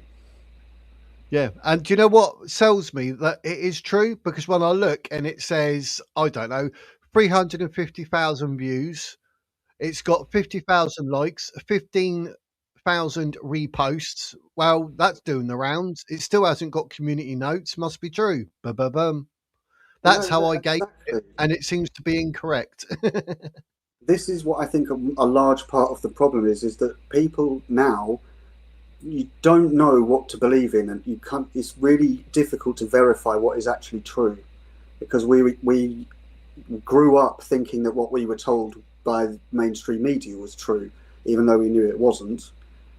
And now we've got so many different interpretations of things, it's really hard to filter out the crap and find out what actually is true. Because if I'd seen that video and I'd been told this is what it means, I probably would have believed it as well. But it's only because I happened to look at it on here and think about it, then I saw what it actually was. And there are so many examples where this will have happened to all of us over the last few years. And a good example is recently there was a clip doing the rounds of a kid at a protest with his lefty mum shouting something like "fuck off fascist" or something like this. He had a sign that had "fuck off" on it and it was spelt wrong. And it caused people to get really annoyed, you know, what a terrible parent, and everything was true about that. But the video is actually from about 2 or 3 years ago. It's just happened to be being reused now. And that's another problem we have. The camera footage will be used and be presented as happening recently, when actually it's not. It's from the past. Yeah. And the way that things are edited is really important as well. Like what has been cut out of things is a really important one. So when you watch someone's YouTube video in particular, for example, you could see someone walking around a city centre, they get into an altercation with someone. What they might have cut out is the fact that they might have paid that bloke 20 quid to kick off, or they might have started the argument themselves, but they cut that bit out so it looks like it's a spontaneous interaction. Yep. And definitely, the people who come here are smart. I know that you know all this stuff already, but just sometimes just try and think about things. Think about where stuff comes from and what it's being used for. That's what I would get at. Yeah, I seem to be all right when it comes to like UFO footage. I'm bang on that. Like, oh, that's a bit of a weird cut. What happened before it? What happened after it? How do you know what you're seeing is what they're claiming? I'm well into that. I'm dissecting that. I don't want to be duped and everything. Yeah. So it seems strange that, you know, maybe seeing that it's been viewed 1 million times on X, it must be true type attitude sells it to me. And, you know, it makes me drop guard and I'm sharing false information.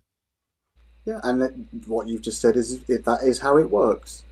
And you're not doing anything wrong. You're doing what the system has designed you to do in that context. But now you've spotted, actually, maybe things aren't what I thought they were. Yep. Because everything is presented through a particular filter. You filter out the bits that you want people to see and hear and leave them with the core that is what you want to be remembered. And it's any number of things can do that. It could be, I could, for example, I could put a suit on, I could go and sit downstairs and make it look like I'm in a nice, tidy office. And that would change the way that people viewed what my words are, simply because of the environment and what I'm wearing. Yeah. I could say exactly the same thing to different people, but if you gave that footage to different people, they would interpret it in different ways. Definitely. So when we see Dan Wharton's show, for example, he says that he is unfiltered and that he is unbiased, but he of course presents things through his own filter. Everyone does. Every single piece of information that we get has been filtered somehow, and it's up to us how we interpret it.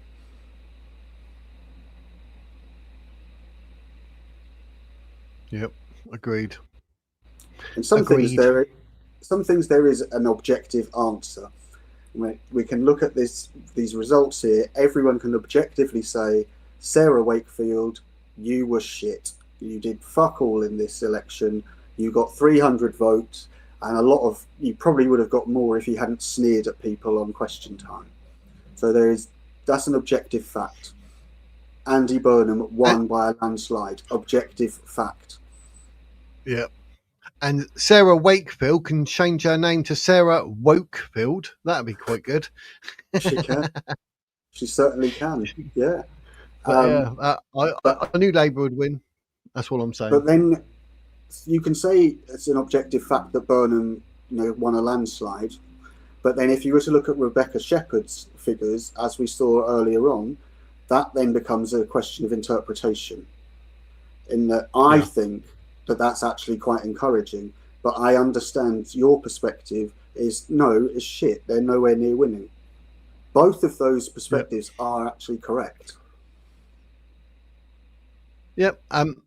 If you're a Restore supporter, you're going to see it as positive. Now, if I was a part of that party, I would be right to say, look, we had 0. It's now 7%. You got over 3,000 votes from nothing. I mean, whenever does that happen ever? Like, there's no way we as a party could look at that as being negative, because we knew really deep down we weren't going to win it, but we wanted to see what damage we could do. We want to see the people out there who are listening, who are going to actually get off their arses and vote. We can use whatever happens to actually shape what we're doing moving forward. And that's what we're going to do as a party. That's the attitude I'd have if I was within the party, which is a bit different to what I said to you. No, not at all. Let's try a different way then. What if you were Andy Burnham? How would you view the Reform and the Restore stats? I would look at it and say it seems no matter what, people believe in Labour, full stop, or believe in him. He's probably got a bloody big ego, hasn't he? But I'd think, wow, Reform, what they've got there is quite impressive. Restore, well, they're not getting very far because they're racist anyway. Reform UK, they're using GB News and Nigel Farage's 500,000 shares as their own little, like advertising route, should we call it? But regardless of all that, people know me. They know Keir Starmer. They don't want Starmer, so they're obviously voting for me as well because they want me to then go to London and completely neglect Makerfield. They seem to be wanting me a lot more than they want anything else, and that tells me they want Starmer out. I'm going for Prime Minister. Yeah, a very good analysis. Yeah, you could certainly view it in that way. If you were Nigel Farage, how would you view this? Is this a victory or is it a defeat? Because one thing you certainly could say about this if you were Burnham actually is that Reform, Restore have got about 40% of the vote share there. So they've got almost half of it.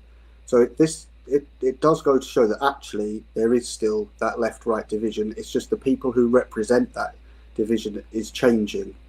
And the Conservatives here would always get low votes traditionally. So we can't say that that's true of the whole country.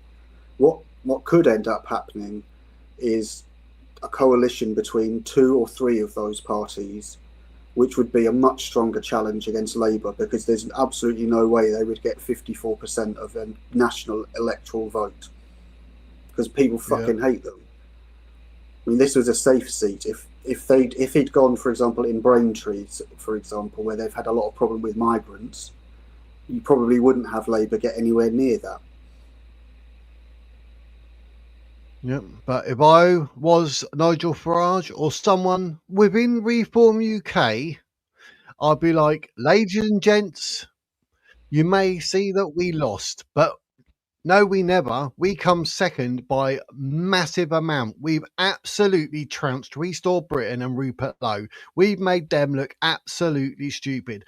Did we think we were going to win this seat? Well, we like to think we would, but we knew we wouldn't. This has been a Labour seat since 1918, yet here we are with 34.5% of the votes. Reform is taking this country by storm. There's no way we can look at this as a loss, because if we got this in this area, there's other areas where Labour have not had the seat since 1918, and we're going to splat them. Look at Restore Britain. They're going to be embarrassed. We've made them look stupid. Conservatives, Greens, they're nowhere. Andy Burnham, yes, he's going to go off to be Prime Minister. But what he don't realise is I will be the next Prime Minister. You don't get 35% of an area that's never been lost by Labour because we're a bad party.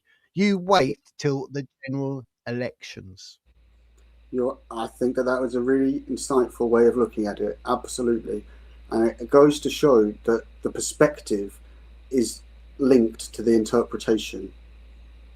So we looked at Burnham, we looked at Farage, how they would interpret it. We could see that it's very different. But both of them... And I'll put my brain as all three, mate. That's how weird my brain works. But I'll give you a quick one if I was Green. Ready? Yeah, go on, quit. Greens. That's it, I've done it.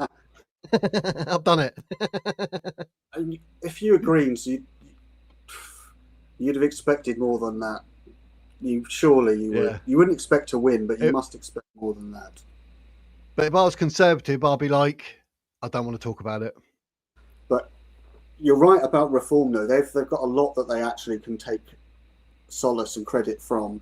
There's a lot of bragging they could get out from that, especially about trouncing Rupert, especially about getting so much of the vote, and that is a big positive. But also, I think Restore can take positives too. I don't think. I mean, I said what I said earlier, but then you say, oh, put your mind to someone in Restore, then in Reform and Labour. I've actually just been positive about every single one of them. So, there's always going to be negatives, but there's always going to be positives. And like what you said, what is it you want from it? The positives or the negatives? I mean, you've got to look at both, but ultimately you want to walk around with your chin up and say, right, the positives are. And I put my mindset into all three of them, and I'm not even a fan of Labour or Andy Burnham. No, but of course not. It can be like mentally, it's like, yes, right, let's talk about the negatives first. So we're going to be then talking about the positives. And when you leave my office, the last thing we spoke about, positives, that's what's going to be ringing in your ears. So what's different then about thinking that way than your thinking beforehand, where you said that you just put this up because you agreed with it? What do you think the difference is between those two ways of thinking?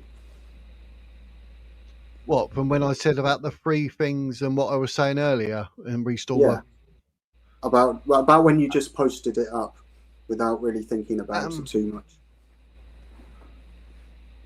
I don't know, I suppose it's more sort of a bit what's the word I'm looking for?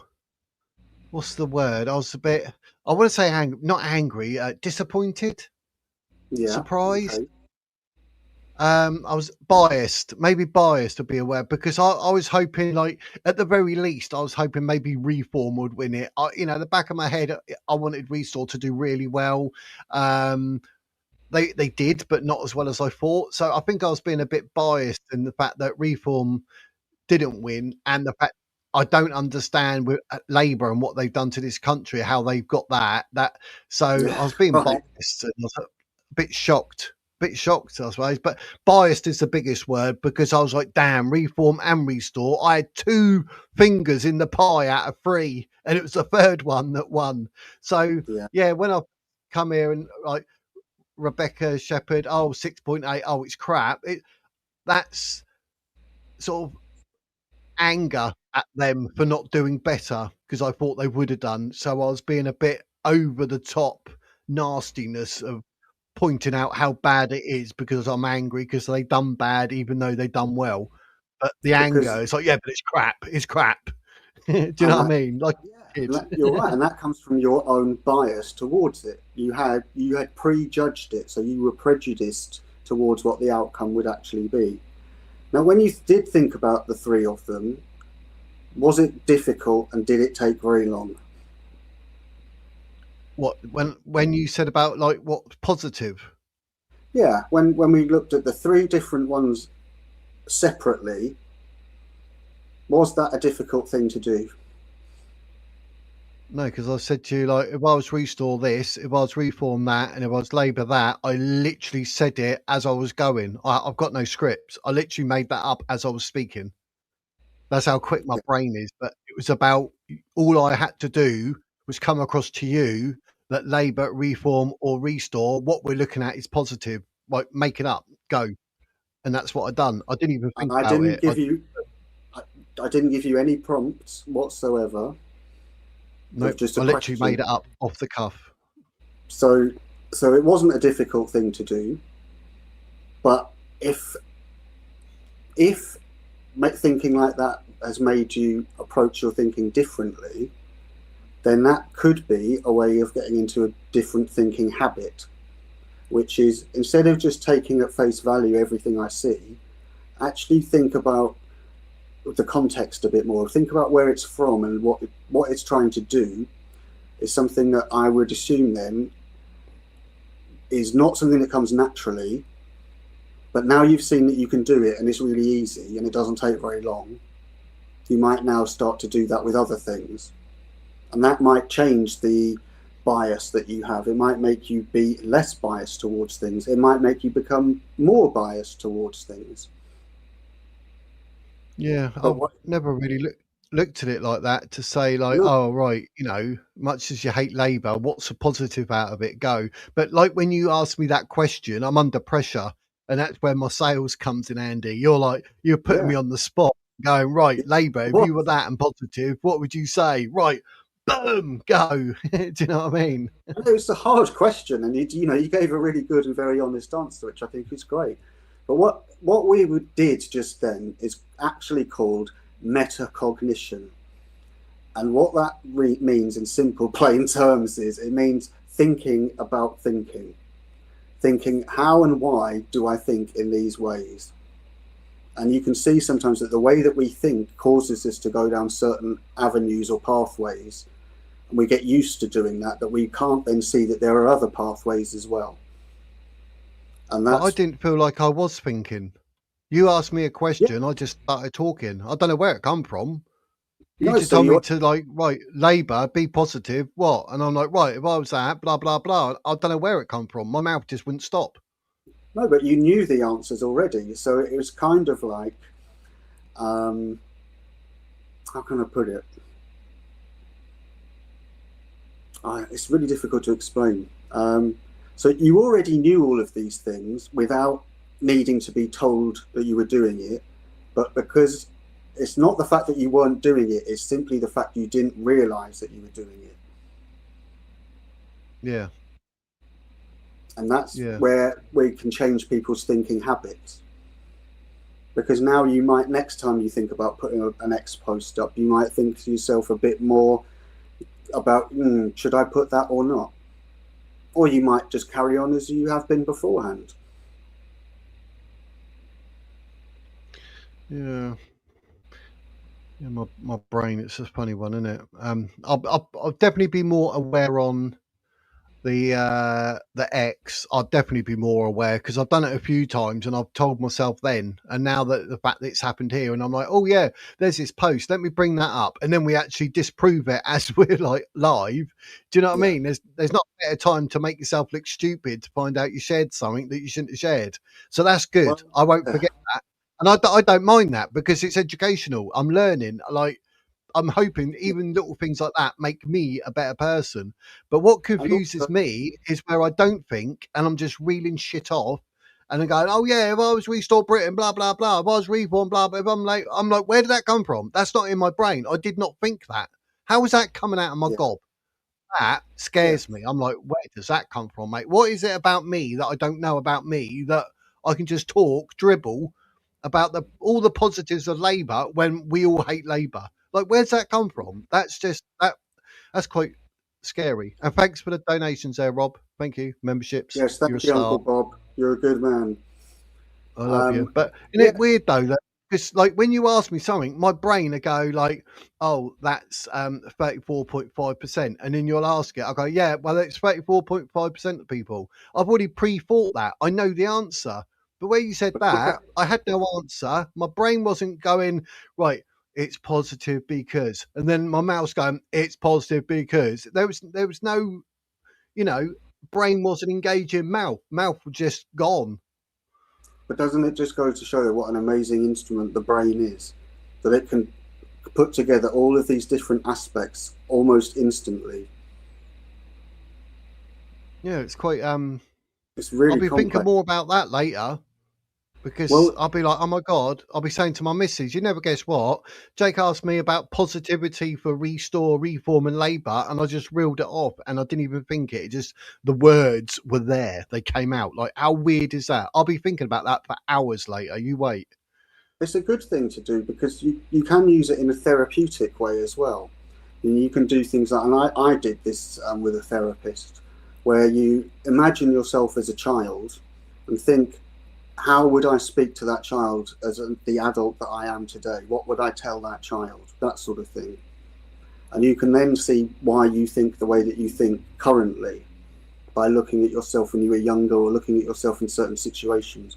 So it's a really, really important skill in so many different areas of our lives.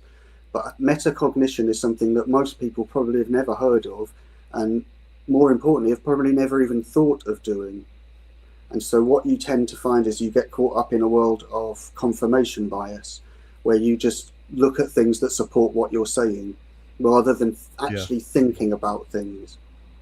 And that's what makes people awake. It's not the knowledge, it's the process of thinking. Yeah, maybe it's that the lack, because like without knowing it, looking at this chart, I already knew the pros of the top three. I knew the negatives of the top three, and then we spoke about it and I put it up thinking like, everyone in the chat, I just want to see the actual results and say just having me and you big on the screen. That's all. That was my train of thought. And then like, wow, there's actually answers in my brain that I didn't know I had. Literally answers sat there waiting to come out. And had you not asked me about the 3 positives on them, that would have sat dormant in my brain somewhere without me knowing I knew that. Isn't that weird? Exactly. But you didn't need me to bring that out of you, though. You're perfectly capable of doing it. You just hadn't realised that you can do it. Because you asked the questions. Maybe that's where I'm not asking myself the questions, or in life I'm not being asked the right questions to bring out, say, what might be the best in me in doing whatever. But without you asking those questions, I wouldn't have said it. And but I would only ask those questions because of my own experiences that have led me to get to where I am today, that I can think about that. Because I've been trained to think like this. I know that most people who watch haven't been trained to think like this.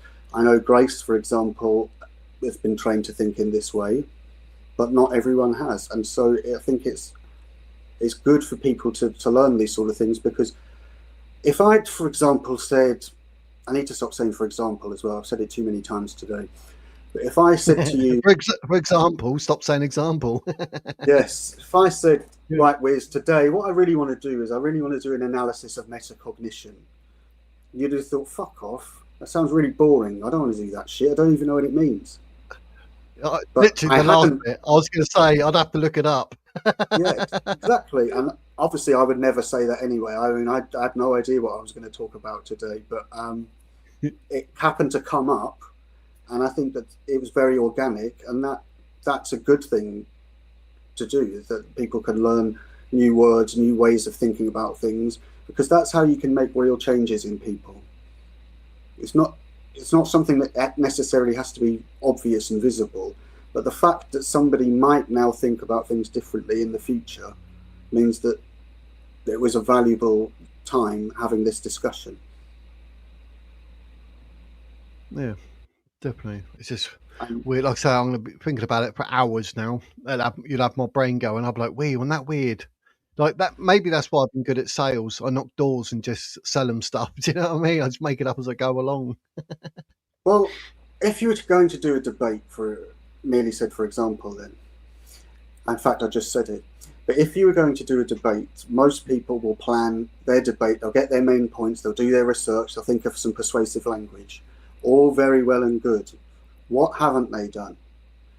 Well, they haven't done what they should have done first, which is, what is the strongest argument that the other side has got? So therefore, you can attack their strongest arguments.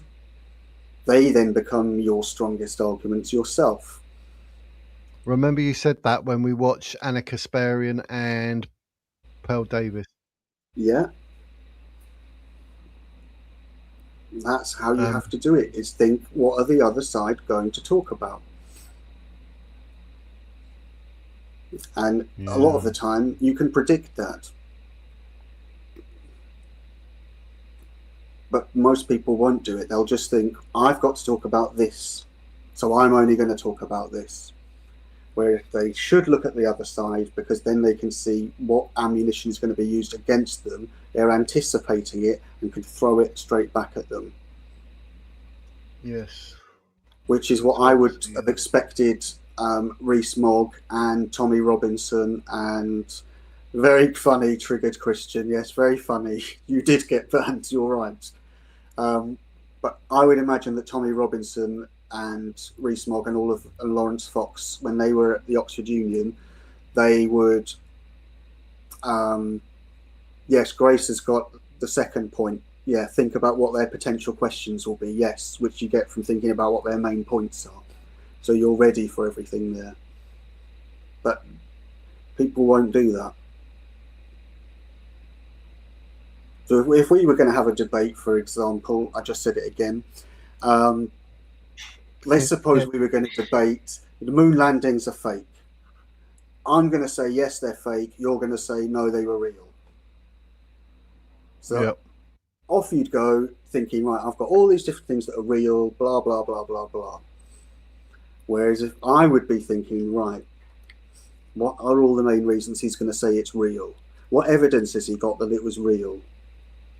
Yeah, see, that's weird, because I'd want to know what all the arguments are for being fake, if you ask me that. Because I know that's what you're going to... My brain straight away was like, what's fake? What arguments for fake? And that was without even thinking. That just jumped in my head. So I would look for all sources going on about, you know, when they say, oh, it's fake because of the flag, it's fake because of the shadows. I'll be looking at all that.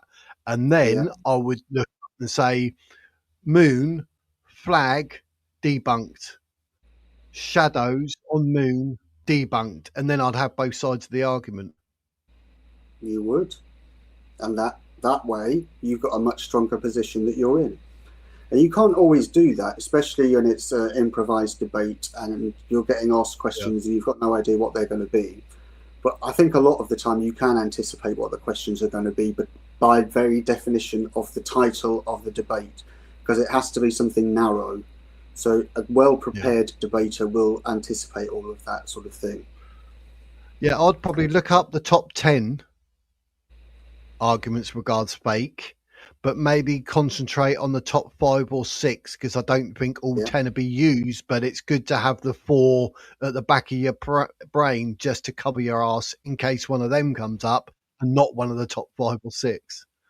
plus the top 4 or 5 reasons that they're going to give you, that you can then turn around back onto them, so you anticipate it. But again, this is all in an ideal situation. This isn't like the Anna Kasparian debate that we're going to watch, or in the Oxford Union. They're very formal. So you have for a time limit. You will have a certain structure to the debate. So you have your introduction, and you have your rebuttals, and then you have your concluding remarks. So there's very much a formula that you can stick to, that you can plan in advance of. It was much more difficult when you're having an improvised discussion, because you don't have that restriction there. Yeah. And it's a very formal thing as well, a debate.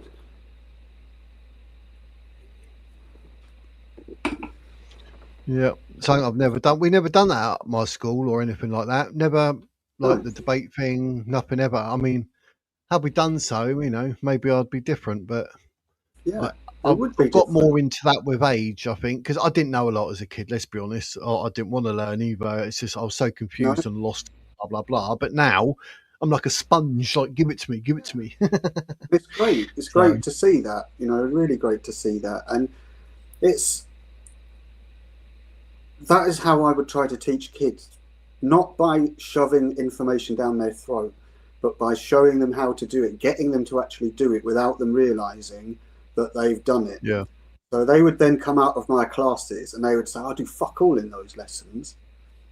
And they haven't realized what they've actually done, because the difference is I wouldn't be one of these people that would write down on the board and say, copy this. I would do it like we've done it today. Now, it's hard work to do it, but I think it works better. Yeah, definitely. And I'm really glad that you thought about things differently, and I hope that people in the chat as well, even if they don't think about things differently, at least they've considered the possibility of thinking things differently. And it's worth doing as much as you possibly can. Definitely, yeah. It's been a weird one. I seem to do a lot better under pressure, though. Like when you said, like, oh, be positive about that. Be positive about that. Right now, be about positive with that. And I'm like, yeah, all right, this ain't going to go well. And then before you know it, like I said, without thinking, I've done it. I'm like, wait, what? So that's quite. Well, I mean, I suppose it comes from experience. Things like a kid might have given me a story or an essay that they've handed in, and it's absolutely shit. And you can't just sit there and slag them off for 10 minutes or write really snotty comments on this is shit.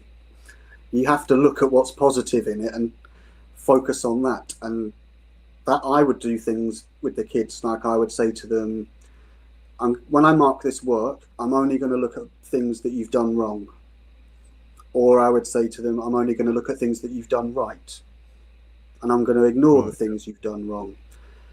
And I would just try and I suppose what I tried to do really was put as much emphasis on them actually doing it for themselves, because I tried to do it like treat them like they were at university rather than they were at school. Right. So the emphasis is very much on them. And that's what I liked doing, because I like to see that change in people where they do think differently.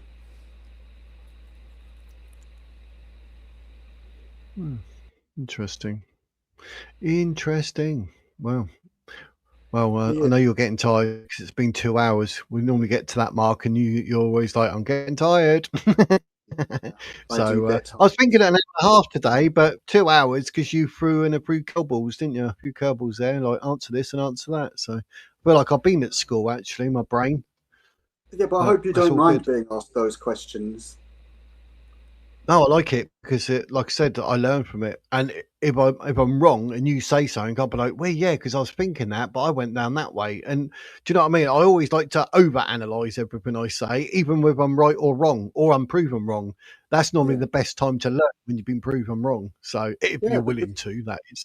I couldn't agree with that more. I think we learn from our mistakes than we do from our successes. Far more from them. And we should also be humble. No, I'm not treating you like you're at school, no. Because if I was, you, son, would be banned and you would be put on report permanently. No, I'm joking, obviously. No, of course not. I think that it seems to me there's a lot of people who are getting older and are starting to see the world in a different way, who haven't ever been interested in education or in politics or in whatever, but have come to a point in their life where they are now thinking about it. And I think it's great to participate in that discovery. Well, there you go, ladies and gents. I mean, we've got to finish on those words of wisdom, haven't we, really? Let's be honest. And let Jake go and have his nap and chill out. And that isn't to say that I'm right about everything. Of course I'm not. There are many things that I've been wrong about and many things that I do that are wrong. But I admit my mistakes. That's certainly something that people can say. I did indeed ban the triggered Christian for insolence once, but I admitted my mistake. We got over it. It's fine. We moved on. Well, I did. I think he's still holding on to it a bit, but no, I'm joking. Yeah. He's watching you, and he's like, I'm going to get mine back one day. Yeah, I don't think there's anything worse than someone who thinks that they're right about everything. It really puts me off.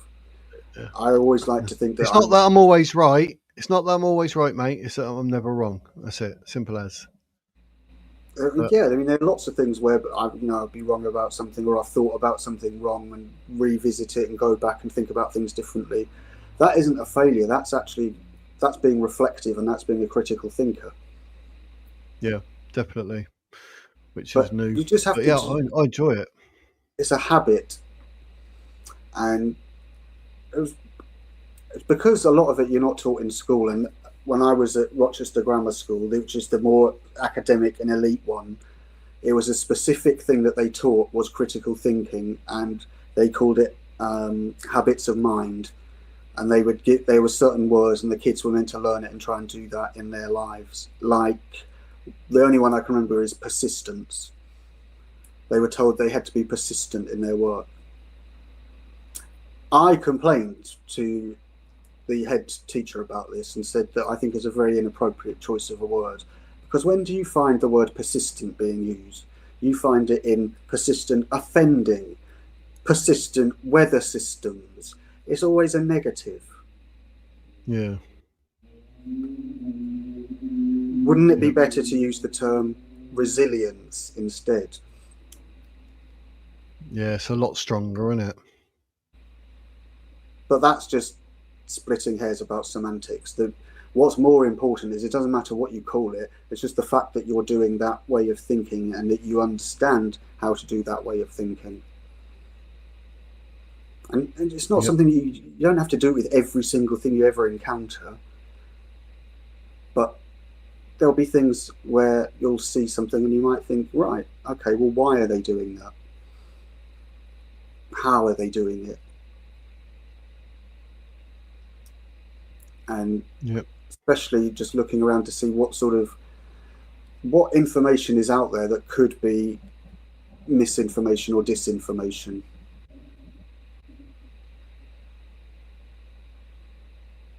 Yeah, disinformation. The answer is quite a lot. Yeah, it is. But we're all here to live and learn. That's all we're going to do. So yes. Yes. Hopefully it wasn't too teachery today. No, that was a good one. It's a bonus one today because of the Makerfield. That's the only reason. It was a bonus one.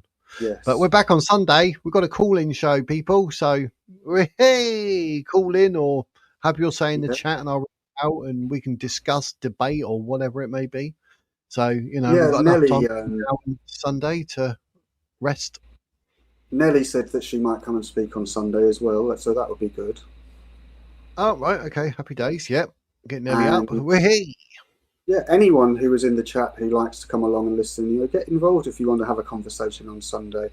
You don't have to. Some people like to just sit and listen. Some people like to sit and listen and type into the chat. Other people like to come on the stage and speak. So don't be afraid of doing it. No one's going to give you any grief. No. Just have your say. Your No, everyone's Bobby opinion of you is valid. Bobby can be a bit savage with people. No, I'm joking.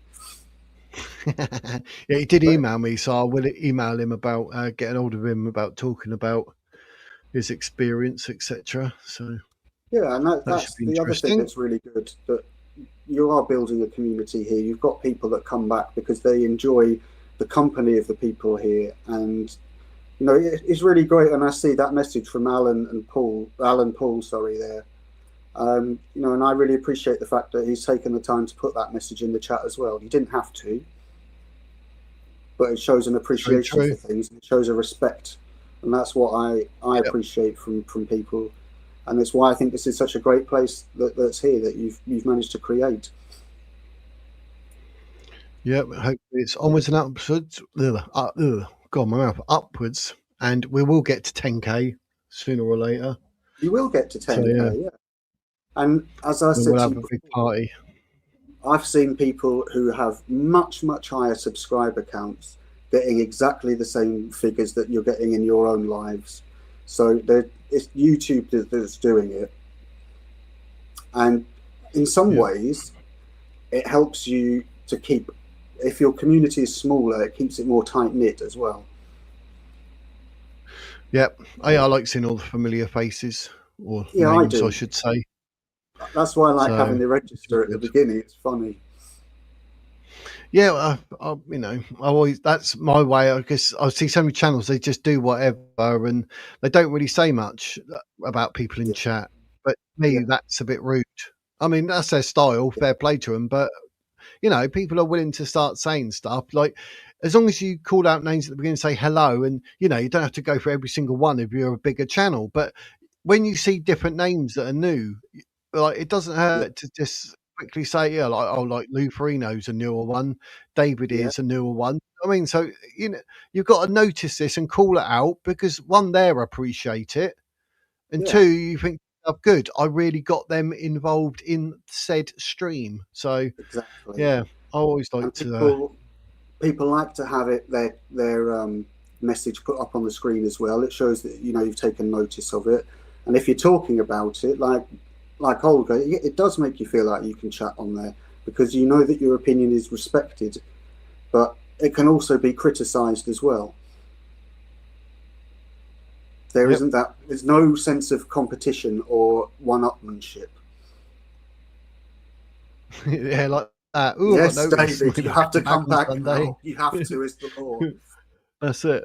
But I used to find it, like, if someone put my little bit up on the screen like this, and people were talking to me in chat, I would go back. I've got a few channels like that, but sometimes I'll try not, because at the moment I can go on there and I get people go, hi, Wiz, and all that, and it takes away from their channel. So sometimes I feel a bit rude, but you know, it is what it is. But I'm still going to say hi to certain people and whatnot. But sometimes I'm like, oh, I'm the opposite to what I am here, and I'm just want to keep myself to myself and just watch it and not get distracted by chat. So I won't go in chat. So, but you know, I think it's really good having that interaction with the chat. I think it's something that doesn't get done often enough. I mean, people will put up a comment, but they don't often interact with it in the way that people do here.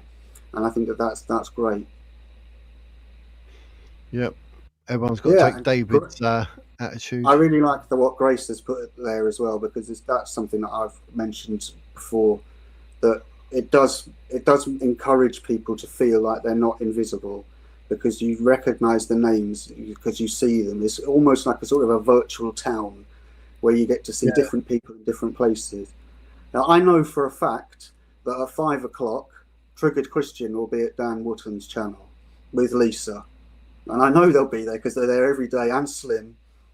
And I know they'll be there, and I can go there and I can just say, hi, how are you doing? Or write something really offensive in the chat just for a laugh, and I know that they'll laugh at it. Or I'll just watch to see them winding someone up in there. And what you have to do, ladies and gents, when you're on a different channel and you see each other, you say, oh, hi, Jake. Were you on the Wizard's Words earlier? Or did you come here from the Wizard's Words? Do you know what I mean? Try and get that channel name out there in the chat, ladies and gents. Free advertising. That is what should happen. And I think looking at things, I think that is happening. because I know there's a lot of people who do some more late night things, like Bess's channel, things like that. They do quizzes and that sort of thing. I know Slim does that, and Grace, and you know, there's a community there that also overlaps with the one that we have in here as well. There's no loyalty to a particular person. It is a more genuinely organic community that is growing. And yeah, like Mr. Waffle has put in there, he's usually there but doesn't comment. That's exactly what I'm talking about. There are some people who will just be watching. They don't want to comment, or perhaps they're busy and they can't comment. Yeah, that's it. But they're still involved. That's what it's all about. Yeah, Helen there, she goes, Yeah. she doesn't, and I agree, the chat is too fast. But you get to see people around, and you know they're going to be on certain channels, or sometimes you go to a channel and by surprise you find someone on there that you know from somewhere else. And I think that's a really good thing. And I'm guessing that some of the people who go to Bess's channel probably have come over from there, have come to here now.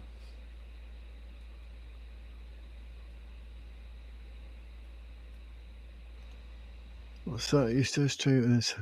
Yeah, I did see someone say something on a different thing where you can like link. So, like, say if I finished at 5 o'clock, it would direct people to said channel. I didn't know that. No, but I need to be live at the time, obviously. But yeah, it's like say if someone's going live at 5 o'clock and I wrap up. When I close it down, even if it's a couple of minutes past, it will then direct everyone over to there.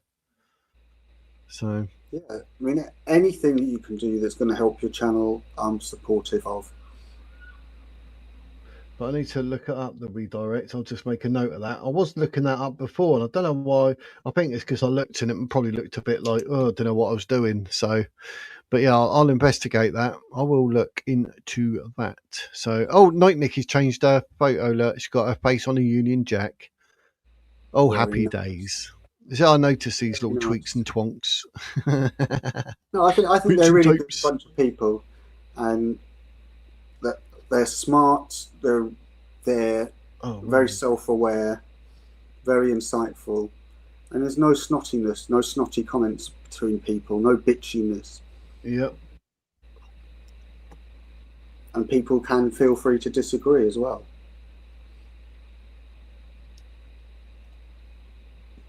So you tell, okay, I'll have to investigate. We get there. That's it. That's all you get from the week. Otherwise, I'm going to have to demand that you have to pay super chats. Well, we started today in disagreement because you thought that the result was shit. And so, that goes to show that we can start in the place where we disagree, and we could even end in the place where we disagree still. But it's the way that you disagree that's important. Yep. Hello. Every time you're on and my older grandchildren visit, they often will sit with me and say, he speaks sense. Yeah, I've noticed that it does have that effect. Go Wiz. Definitely have that effect. Your grandchildren must just be so educated and sensible and have an appreciation for a wizard. So, they're obviously super special. What can I say? Nothing more I can say. Robert with the $10. We love you long time, $10. It's good to talk about it. I enjoy the channel. I like the wizard channel. He gives away them game show prizes. Robert. I need to go through Robert's things as well. We need to do a stream. I don't know whether to do it. I'll probably do it on here, or might be the Wizard World. He's got all his photos of his stuff. Maybe I have to throw him in on one of the lives here. I'd love to see photos. Yeah, if I do it on here, more people will see them, so it'll probably be better. So yeah, we'll have to do it one day on this. We'll discuss something, and then we'll go through the photos of Robert with his stargazing. That would be great. If you don't mind, Uncle Bob, that would be really good, because I'm fascinated by that sort of thing. Yeah, it does. We appreciate that you're very busy, though. Yeah. It's a good way of supporting the channel, Nikki, those ads. That's what gets me paid about £1.48p a day on average. The Use an ad power of block. You don't have to see adverts. them. I don't know if Wiz still gets paid if you use an ad block. Probably not. I want to say Wizard Words phrase in Dan's chat when you redirect the stream. Ah, right. Okay. Yeah, you can actually tell them to do that. Yeah. Okay, cool. I'll look into that one. So it'll be a good way of looking to see who's live when I finish and whatever. But obviously, if he's live at 5 and I finish at 2 or 3, it's not going to happen, is it? No. And I'm sure that there are loads of different tweaks and things that you could do that will generate getting more viewers through you exploiting the system. But I don't know, it just seems like a lot of effort and work. Yeah. And that's why I don't have my own channel, because it's too much effort and work. At least you're honest. At least you're honest. I am honest, because I don't mind sitting here and talking or doing some research, but I'm fucked if I'm going to sit here loading up videos and thinking of thumbnails and titles and all of that stuff, because it just doesn't interest me. I hate doing it, and if someone else could do it for me, that would be great. But I know how I work, and I know how I don't work, and there's no point getting me to try and load up videos, because I'll just get angry with it. Yep. Plumjacks is on about nipples today. Dizzy yesterday, Plumjacks today.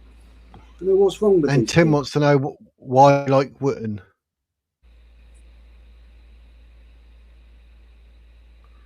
So why does Jake like Dan Wootton? That's what he wants to know. Why does I like him?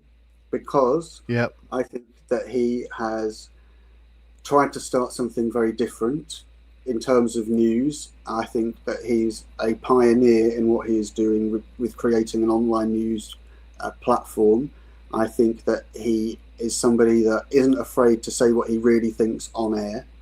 I think he tries to have a variety of different guests on, and I think he tries to present the news in a fair way, although he does, of course, have some bias.